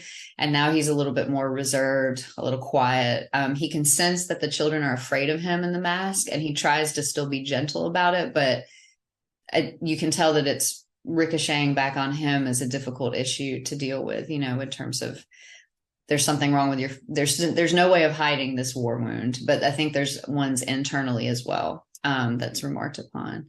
Similarly, so without giving too much of the plot of the book away, because I recommend it to everybody, the book kind of goes back and forth in time and rewrites certain stories. So in this version of the story, Clarence and Bridget go to see the king's coronation. So that would be I'm not really good on my British kings. Elizabeth's dad, King George, and they get the flu and die from it, which is not the end of the book, though, in any means, but or the end of Clarence's story, because it gets retold. But anyway, so they spent a considerable amount, what the people in this orbit trying to figure out, friends of Bridget and Clarence, spent a considerable amount of time discussing whether Clarence had been buried with his mask on or off, and if off, where might it be now? Then there's a photograph of him, which is pre-war, which they use for the funeral. And one of the characters in the books remarks, "The endless ranks of the dead," Sylvie said angrily. "Everyone wants to forget them." And her husband, Hugh, says, "Well, I certainly do." So you see this moment where the children who are telling the story they're like, now he's dead. Where's his mask? There's still this fascination with this relic of war, the mask. But then at the end of that tale, this little bit, you have someone talking about like the endless ranks of the dead. Everyone wants to forget them, almost as if there's these endless ranks. It's never going to stop. The carnage of the war. Sylvie, the character, was very anti-World War I during the narrative. And her husband's like, yeah, let's just move on. I want to forget these people, kind of thing. Which is really contrary to what we see in terms of how World War I is memorialized. Even the little clip I showed before, we have people every day in Australia standing still, remembering the dead of World War I. But people who were in a country where it was actually fought, in this instance, Hugh and Sylvie, are saying, well, Hugh anyway, is saying, I don't want to dwell on this. I want to move forward. And that's very much in his character throughout the book. Whereas Sylvie's a little bit more sympathetic, but there's this definite thread within the whole narrative of Life After Life of trying to figure out the World War I veteran, which is echoed a little bit in Mrs. Dalloway as well, I would argue, in that something's happened to them and the civilians can't figure out how to handle this person as they've come back, as they've changed. So the evolution, so I did this one and I didn't know, I was like, I'm going to say just the United States because I did a little bit of international research and then the numbers get a little bit of wonky. So, but looking at post-traumatic stress disorder in the United States, it's now being cut to just PTS instead of PTSD because they don't want the word disorder in the phrasing. That's something definitely being debated, like in the veteran community. I figured I would just use this one because it's more of what I was used to, but it's not a new thing is the basic takeaway from this. In the United States, 1860s to 1870s. So you have like the Civil War, the Spanish Civil War, a whole bunch of things going on. And it would be called nostalgia or soldier's heart. That's a very common one from Civil War era. And railway spine, which was one I found out researching for this lecture, because that has something to do with the way corpses were brought back and how the trains, if they collided or something, it would break the dead one. It's very great. It's very gory. Not that war isn't, but then when we move into like World War I era, we have shell shock and what's just called war neurosis. So something's off with you who've come back from war, but it's still something that in each of these words so far, it's something that's happened to you versus something that you have as a disorder or something like that. 1940s, World War II, battle fatigue, combat stress reaction, which I think is a really nicely clinical word. It's wording, combat stress reaction kind of thing. I think anyone would have combat stress reaction, like if you got into a scuffle with someone, like yelling over a parking space kind of thing. So I think it's purposely vague because, again, a lot of these, the way these are phrased, kind of, they definitely communicate a misunderstanding of what's going on. In 1952, we get gross stress reaction, and gross not meaning in like my 1990s American way, like gross, ew, but just large stress reaction. And then finally in 1980, the American Psychiatry Association includes post-traumatic stress disorder in their manual of disorders, basically. So it's not until after the Vietnam veterans come back that it gets a clinical medical diagnosis where you can get treatment. There's funded research on it. All of those things come together. Before that, it was just something you had to deal with, for example. I often think of my grandfather, my paternal grandfather, in this case, because he went in on D-Day in World War II. And he had a lot of behavior that at the time we just thought that was crazy, this crazy granddaddy kind of thing. He had a lot of energy, always had a lot of projects going on. But now looking back, I think some of his time in World War II affected him. So we can see that this is definitely not a new issue, but in terms of talking about it and handling it, World War I is one of the first times where it really gets like put into the literature. There's movies and books, things are, well, not movies quite yet, but there's more popular cultural references to it that will build into, by the time we get to Vietnam War, it becomes almost a trope in the Vietnam War literature. Some of the symptoms of shell shock and PTSD. So shell shock symptoms are in yellow, PTSD is in white. They're all the same though now in the diagnosis. So fatigue, tremor, confusion, hearing or vision loss, loss of balance, headache, and then you go kind of back and down, difficulty concentrating, exaggerated startle response. So if you hear a loud noise, really reacting to it. Hallucinations, nightmare and sleep disturbance, painful recollections, flashbacks. They're all still the same, but one was just shell shock, and now they've kind of been pulled in together with PTSD. And there's other bits too that I didn't include on the slide, one just for time and aesthetics, but you'll often see veterans come back.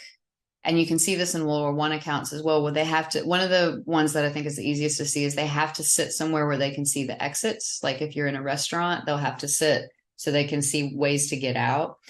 And I've met veterans from about every war since the Vietnam War, any conflict that in the United States and beyond, who have that still, like they need to know how to get out of somewhere kind of thing.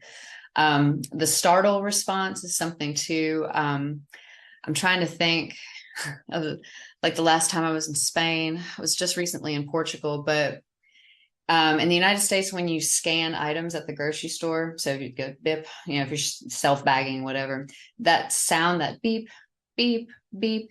I've had several veterans tell me that sound, they have to leave the store because it reminds them of like something that may go off somewhere else kind of thing. So if we think about sounds that were in World War I, that would be a similar thing that would translate right over. So if there was Vietnam veterans tell me that the sound when you open a can of soda, like sounds just like a grenade starting. And so things like that are just going to carry over for each war, just be, specific to each one. But really quickly, the PTSD, I'm going to move us over here. Prevalence in veterans. The higher number of PTSD cases reported are those involved in operations Iraqi Freedom and Enduring Freedom. So that's why the highest percentage is in the 18 to 29 population, because those wars just, we'll say, ended for now. But you see there are percentages in every single age group. So it doesn't go away. And then there's also the issue of self-reporting. So up until, I would say, the Vietnam War, those veterans, and probably like the third wave coming back, so those coming back in the early 1970s, it still wasn't something that was really talked about. There wasn't an exit process. You basically, all right, you're ready to go home, we sign your paper, go. So there's not like a counseling out. And there's also a lot of stigma and shame that goes around mental health in the United States and a lot of places, but definitely in veterans' health, because you're supposed to be a strong combat warrior and be, you can take anything, but now you have these emotional problems we can't make sense of. So sometimes I think self-reporting might make these numbers a little different. But it's definitely something that it's not going away. As long as you have war, we're going to have PTSD. And suicide in the US, the number about 5 or 6 years ago was 22 veterans a day committed suicide in the United States. And now that number seems to actually decrease to 17.2. So it's good. Perhaps that's due to more information being made available to veterans. Maybe the Veterans Affairs, which is the VA there, is raising more awareness. There's definitely been more initiatives since I've been working with veterans. The guy in the photo at the bottom there was one of the members of our Sand Shark Veterans group, Nick Becker. He'd be thrilled to be in this presentation, I'm sure. but we were really close to him. And in March of 2017, he took his life and referred to himself as the 22nd man. So he was clearly aware of the statistics and kind of that he was participating in a bigger trend, if to say something kind of flippant, but we miss you, Nick. Anyway, but the risk numbers there, the characteristics of having thoughts or attempts, and in terms of suicide rates among veterans, I thought this was really, really startling. No, well, not startling, challenging. The idea of almost 50% of veterans will have at least one suicidal thought in their lifetime. I don't know how that compares to the general population, but it seems very high. And then those who commit and die by suicide than civilian adults, so I guess this is the comparison, is 1.5 times more likely. So it's definitely PTSD because it, like we saw with Septimus Smith and a little bit with Clarence Dodge, you've got a stigma on you. There's wounds people can't see sometimes, so it's hard to articulate what's going on in your head. And if you are just like Septimus, just kind of sitting there and like hallucinating and things like that, you're crazy. And at the end of the book, and Mrs. Dalloway, I'll spoil this part for you, Septimus jumps out of a window because he's afraid of a doctor who's coming to treat him. So he commits suicide as well. And that gets to be very sad in terms of like a literary commonality, is that's what's happened. That's what happens to the veterans, is they get upset and they kill themselves. And it continues in literature for quite some time, and it's really sad. But at the same time, I can understand if you're in a mental hell, you'd want to get out. So 7 out of every 100 US veterans have PTSD. That's the current number that just came up for 2023. I don't know how many would be across the world, but I imagine the numbers would be similar in terms of ratio, because, but that's not, it's a smaller amount than I thought. Yay. But at the same time, still quite a bit. So I think, yes. So that kind of concludes how I think about and how I've been looking at World War I. I could talk much more about the literature and things like that. I had a song, and then I was like, actually, I played it, I think, for the Vietnam War thing, so I'm not going to play that song. But a lot of the music from that era is very romantic because that was what was on the radio. And you don't get songs or music that really speaks from like the soldier's point of view until a bit later in 20th century culture. So it was a bit hard, but I think that scariness of the World War I veteran and the somber way that we remember them, I think that's important, and it makes sense because these things are scary and somber, but they also dehumanize the veterans a little bit and kind of turn them into a bit of a cartoon or caricature of what they really could be. And so maybe by delving deeper, we can see them more as just normal people. So thank you. And I will Thank you very much for this great presentation. I think that was really interesting topic and enriched our audience. Thank you very much. Thank you. So we have some questions that some students sent. So we are going to answer one of them. I think that I just like to hand over to David to get your start with some question for the public. So, David, ¿qué te parece si iniciamos con las preguntas que tenemos? Tenemos cinco preguntas de los alumnos. En todo caso, vamos a iniciar la primera, que dice así. Aunque el armisticio puso fin a los combates en el frente occidental, la guerra siguió hasta que fue firmado el Tratado de Versalles el 28 de junio de 1919 y que entró en vigor el 10 de enero de 1920. Las duras condiciones impuestas a Alemania generaron gran descontento entre la población y sirvieron de argumento a los movimientos nacionalistas y a Hitler. ¿Crees que el armisticio de 1918 fue el arma de doble filo para el inicio de la Segunda Guerra Mundial? Okay, the first question is about, although the Artemis put the end to the fighting on the Western Front, the war continued until the Treaty of the Versailles was signed on June 28, 1919, and came into force on January 10, 1920. and the harsh conditions imposed on Germans generate great discontent among the population and serve as an argument for the nationalist movement and Hitler. But the question for that is, do you think that the armistice of 1918 was the double-edged sword for the beginning of the World War II? Yeah, that's a great question. Thank you. So I'm actually teaching a class on the Holocaust this semester, and this was something that my students were talking about the other day. So I was like, excellent. But I think the best answer is yes, because without the penalties, like looking back, which I'm always a little hesitant to do because like you can't change history, but looking back, I do think the punishments were pretty severe in terms of when Germany entered the war. But then again, it's never really great to be the last one at the table, like holding the straw in terms of war. But yeah, without the Treaty of Versailles and the sanctions and impositions imposed on Germany, there would not have been a disgruntled art student who fought and said, you know what, I'm going to write my book, Mein Kampf, and then blew it up there. So I think it definitely helped. I wouldn't say, the one thing I have been saying though is that it can't be the only cause, because there were a lot of countries that were ravaged by World War I in terms of death and destruction and all of that.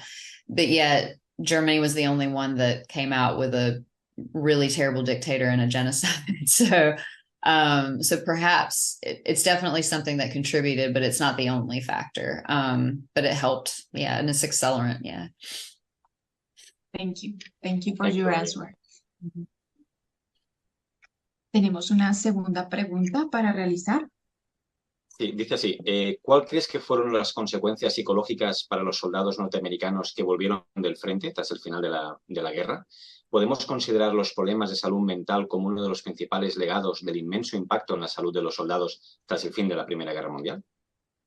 Okay, the second question is about what do you think were the psychological consequences for American soldiers returning from the front after the end of the war, and can we consider mental health problems as one of the main legacies of the immense impact on soldiers' health after the end of the World War I?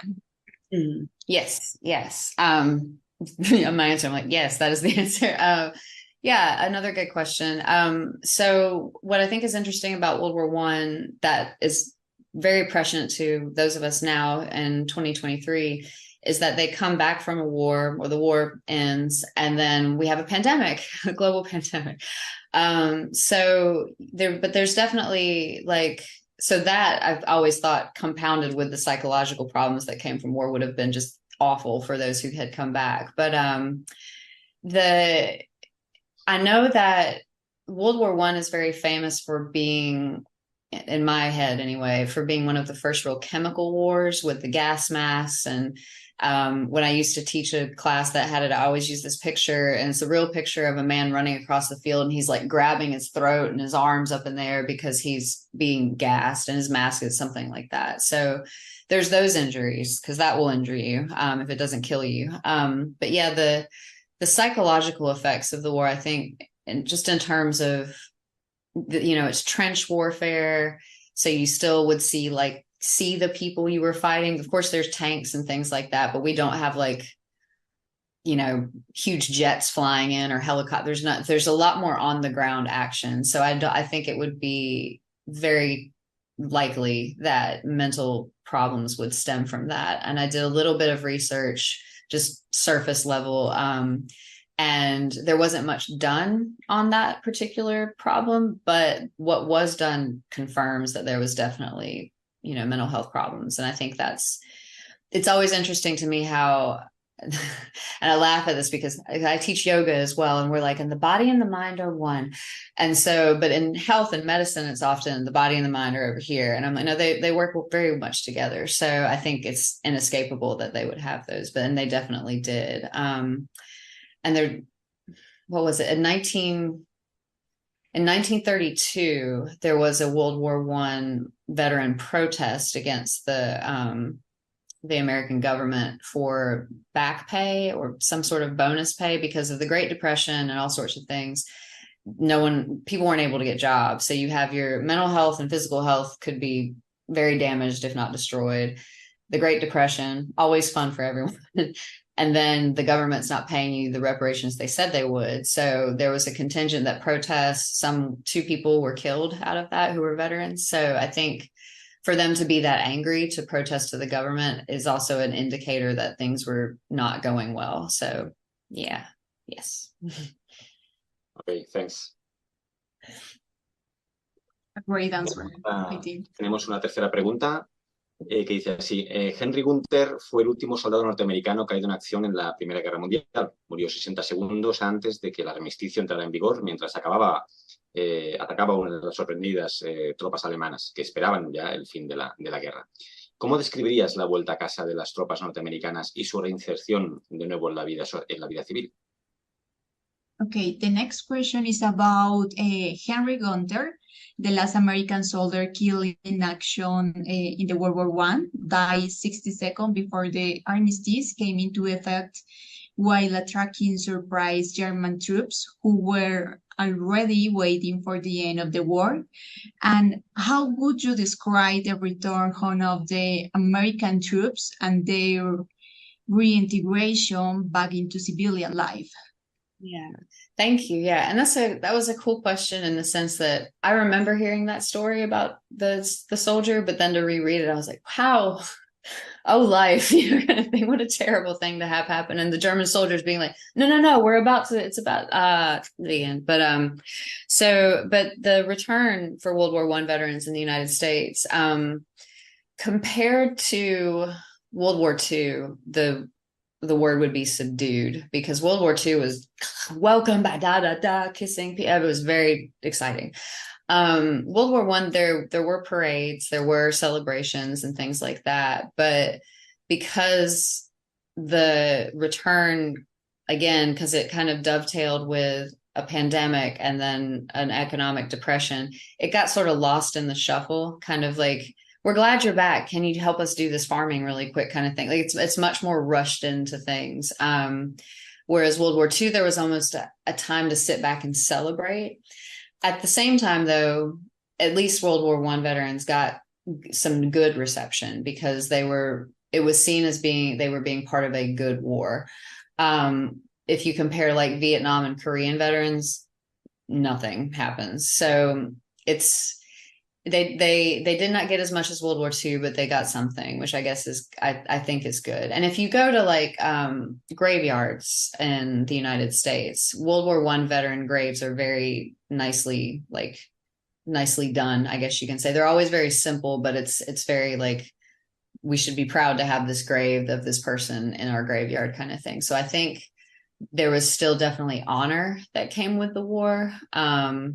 It was the first World War for Americans to be involved in, so there might have been that awe kind of thing projected onto the veterans, because that's when you get a lot of, it was already there, but an amplification of the heroic veteran idea in American culture. So the homecoming was probably better than Vietnam. That's my final answer. Thank you. Thank you. Thank you, Professor. Thanks. Tenemos una cuarta pregunta de nuestros alumnos que dice así: ¿las enfermedades mentales, el suicidio, el tabaquismo, el abuso del alcohol fueron el resultado del horror que vivieron los soldados norteamericanos tras el volver de la guerra a sus casas? Okay, the next question is about where mental illness, suicide, smoking, or alcohol abuse, the result of the horror that American soldiers experienced after returning home from the war?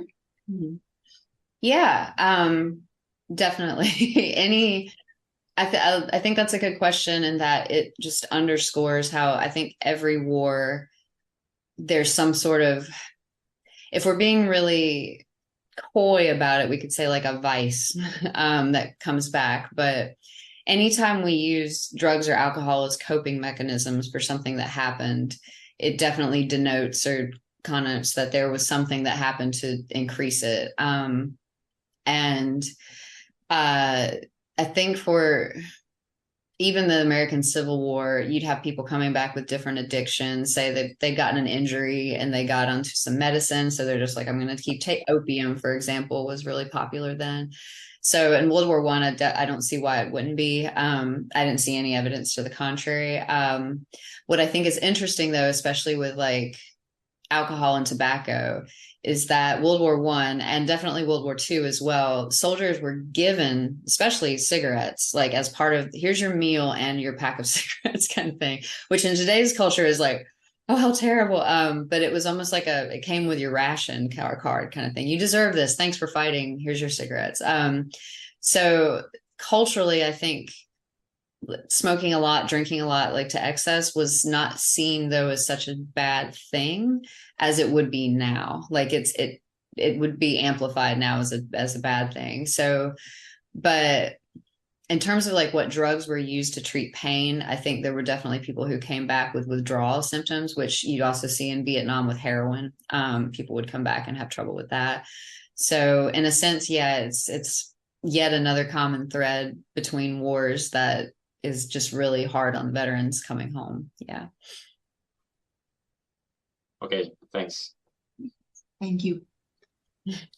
Y la última de las preguntas, creo Laura, tenemos la última. Sí, correcto. Dice así, la alta prevalencia de enfermedades de transmisión sexual como la sífilis, ¿podríamos considerarlo también como un factor importante que contribuiría a los resultados de salud a largo plazo, tanto para los veteranos como para sus esposas y niños no nacidos afectados por esas enfermedades?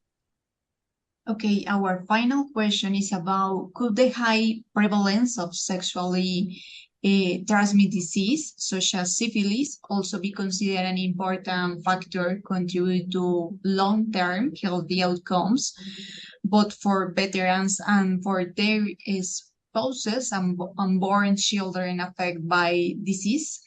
Mm-hmm. I love this question because I had heard a podcast related to this question like a couple weeks ago. So when I saw it, I was like, haha, we're all asking this question. So I did some digging, and what's really interesting is one that, so like Britain, France, the United States, all dealt with the venereal diseases differently. Like the French, for example, like commissioned prostitutes or brothels and were like, these are the ones you can go to. And they gave them health checks and all this stuff. So it was like sanctioned prostitution. Like, we're going to allow you to do this because we know you need it. Britain kind of went the other direction and was like, don't touch. You can see they're almost funny in a way, posters being like, don't touch the lady or you'll come back with something. I mean, it was very like, it would be wear a condom if condoms had been more prevalent at that time. But it's almost kind of comical in a way, and also the way different places handled it.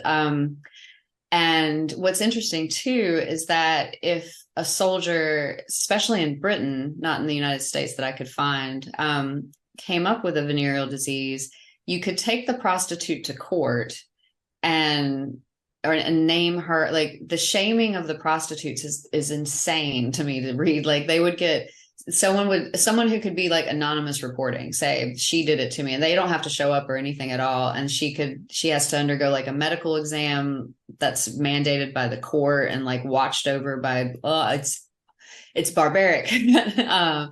But for the question's purposes though, interestingly, I didn't find too much information on that. And I think the reason would be shame, because you come back with syphilis, and the methods to treat these diseases were also, so painful, and also not effective.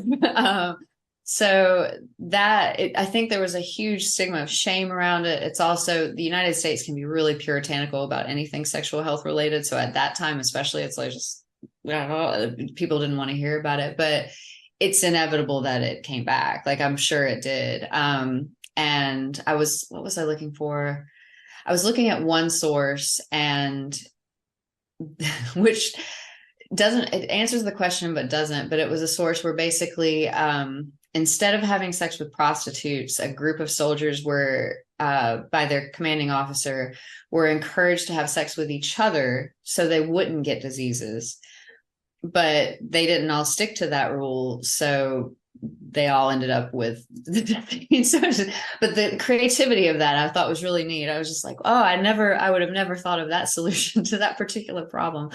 But yeah, that it's not, and again, it's something though that is brought back like with all war, and I always think it's interesting. A friend of mine who's a Vietnam veteran wrote a memoir about his experience, and one of the first things he does when he gets to Vietnam is pawn a watch so he can have sex with a prostitute because he doesn't want to die a virgin. And I have a feeling that feeling is common for a lot of wars, like probably back to the Romans and the Greeks as well, where you're so scared, you're so young, really, you're just a baby, and you're like, well, let me experience this before things happen. Of course, you're also in a war where you could die at any moment, so what consequences are there? So the idea of though like STDs being like this long ongoing legacy consequence was one I had not thought of, and I was glad to like hear it. And then at the same time, I was kind of impressed in a weird way at how little there was up until you get to a little bit closer to World War II, but definitely World War I. There were a couple photos I saw of babies who were born with deformities, and they weren't sure if it was from syphilis or it was from chemical warfare. So I'm sure it happened. They just didn't write about it very much is the answer that I've got for you there. But thank you very much. Perfect. I think that excellent answer, Professor McCoy. So thank you very much for such a complete and truly inspirational answer for the entire public. I think that you have a great work. Thank you very much. Thank you for having me. It's always a pleasure. I'm so happy to be here. And so I would like to give the floor to David to give a brief summary of what's seen in that presentation. So, David, te cedo la palabra para iniciar con un breve resumen de lo que vimos hoy en la ponencia. Sí, muchas gracias, Laura. Ante todo, agradecer a la doctora Erin McCoy de la Universidad de Carolina del Sur su participación en este seminario sobre la Primera Guerra Mundial y felicitarle por su magnífica ponencia sobre Beyond Armistice and the Philosophical Legacy of World War I. La profesora Erin McCoy nos ha ilustrado con un detallado análisis histórico sobre las consecuencias psicológicas de esos soldados norteamericanos que volvieron del frente tras el final de la guerra, haciendo sobre todo hincapié en los problemas mentales que muchos de ellos tuvieron que afrontar tras su paso por los terribles combates en las trincheras. Nos ha descrito también cómo fue la vuelta de los soldados a casa y su reinserción en la vida civil. Y hay que recordar que esos trastornos que desarrollaron los soldados que volvieron de la Gran Guerra sirvió también para identificar una enfermedad tan antigua como el mundo, que es el shock de las trincheras o la neurosis de guerra, que también nos ha documentado la profesora Erin McCoy.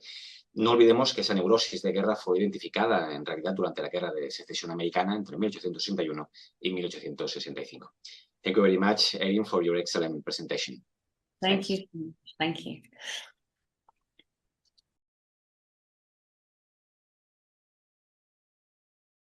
So from INISEC, we want to say thank you to all participants, attendees, and speakers who were present today in our first day of the seminar. There have been incredible presentations and round questions for all attendees, and we have experienced history again in Military History Seminar. So thank you very much for participating in INISEC. And if you have any question of concern that our participant may have, that you can write, follow those social media, and visit our website. So thank you very much, and we will see you tomorrow in a second day of this World War I seminar. So have a great day.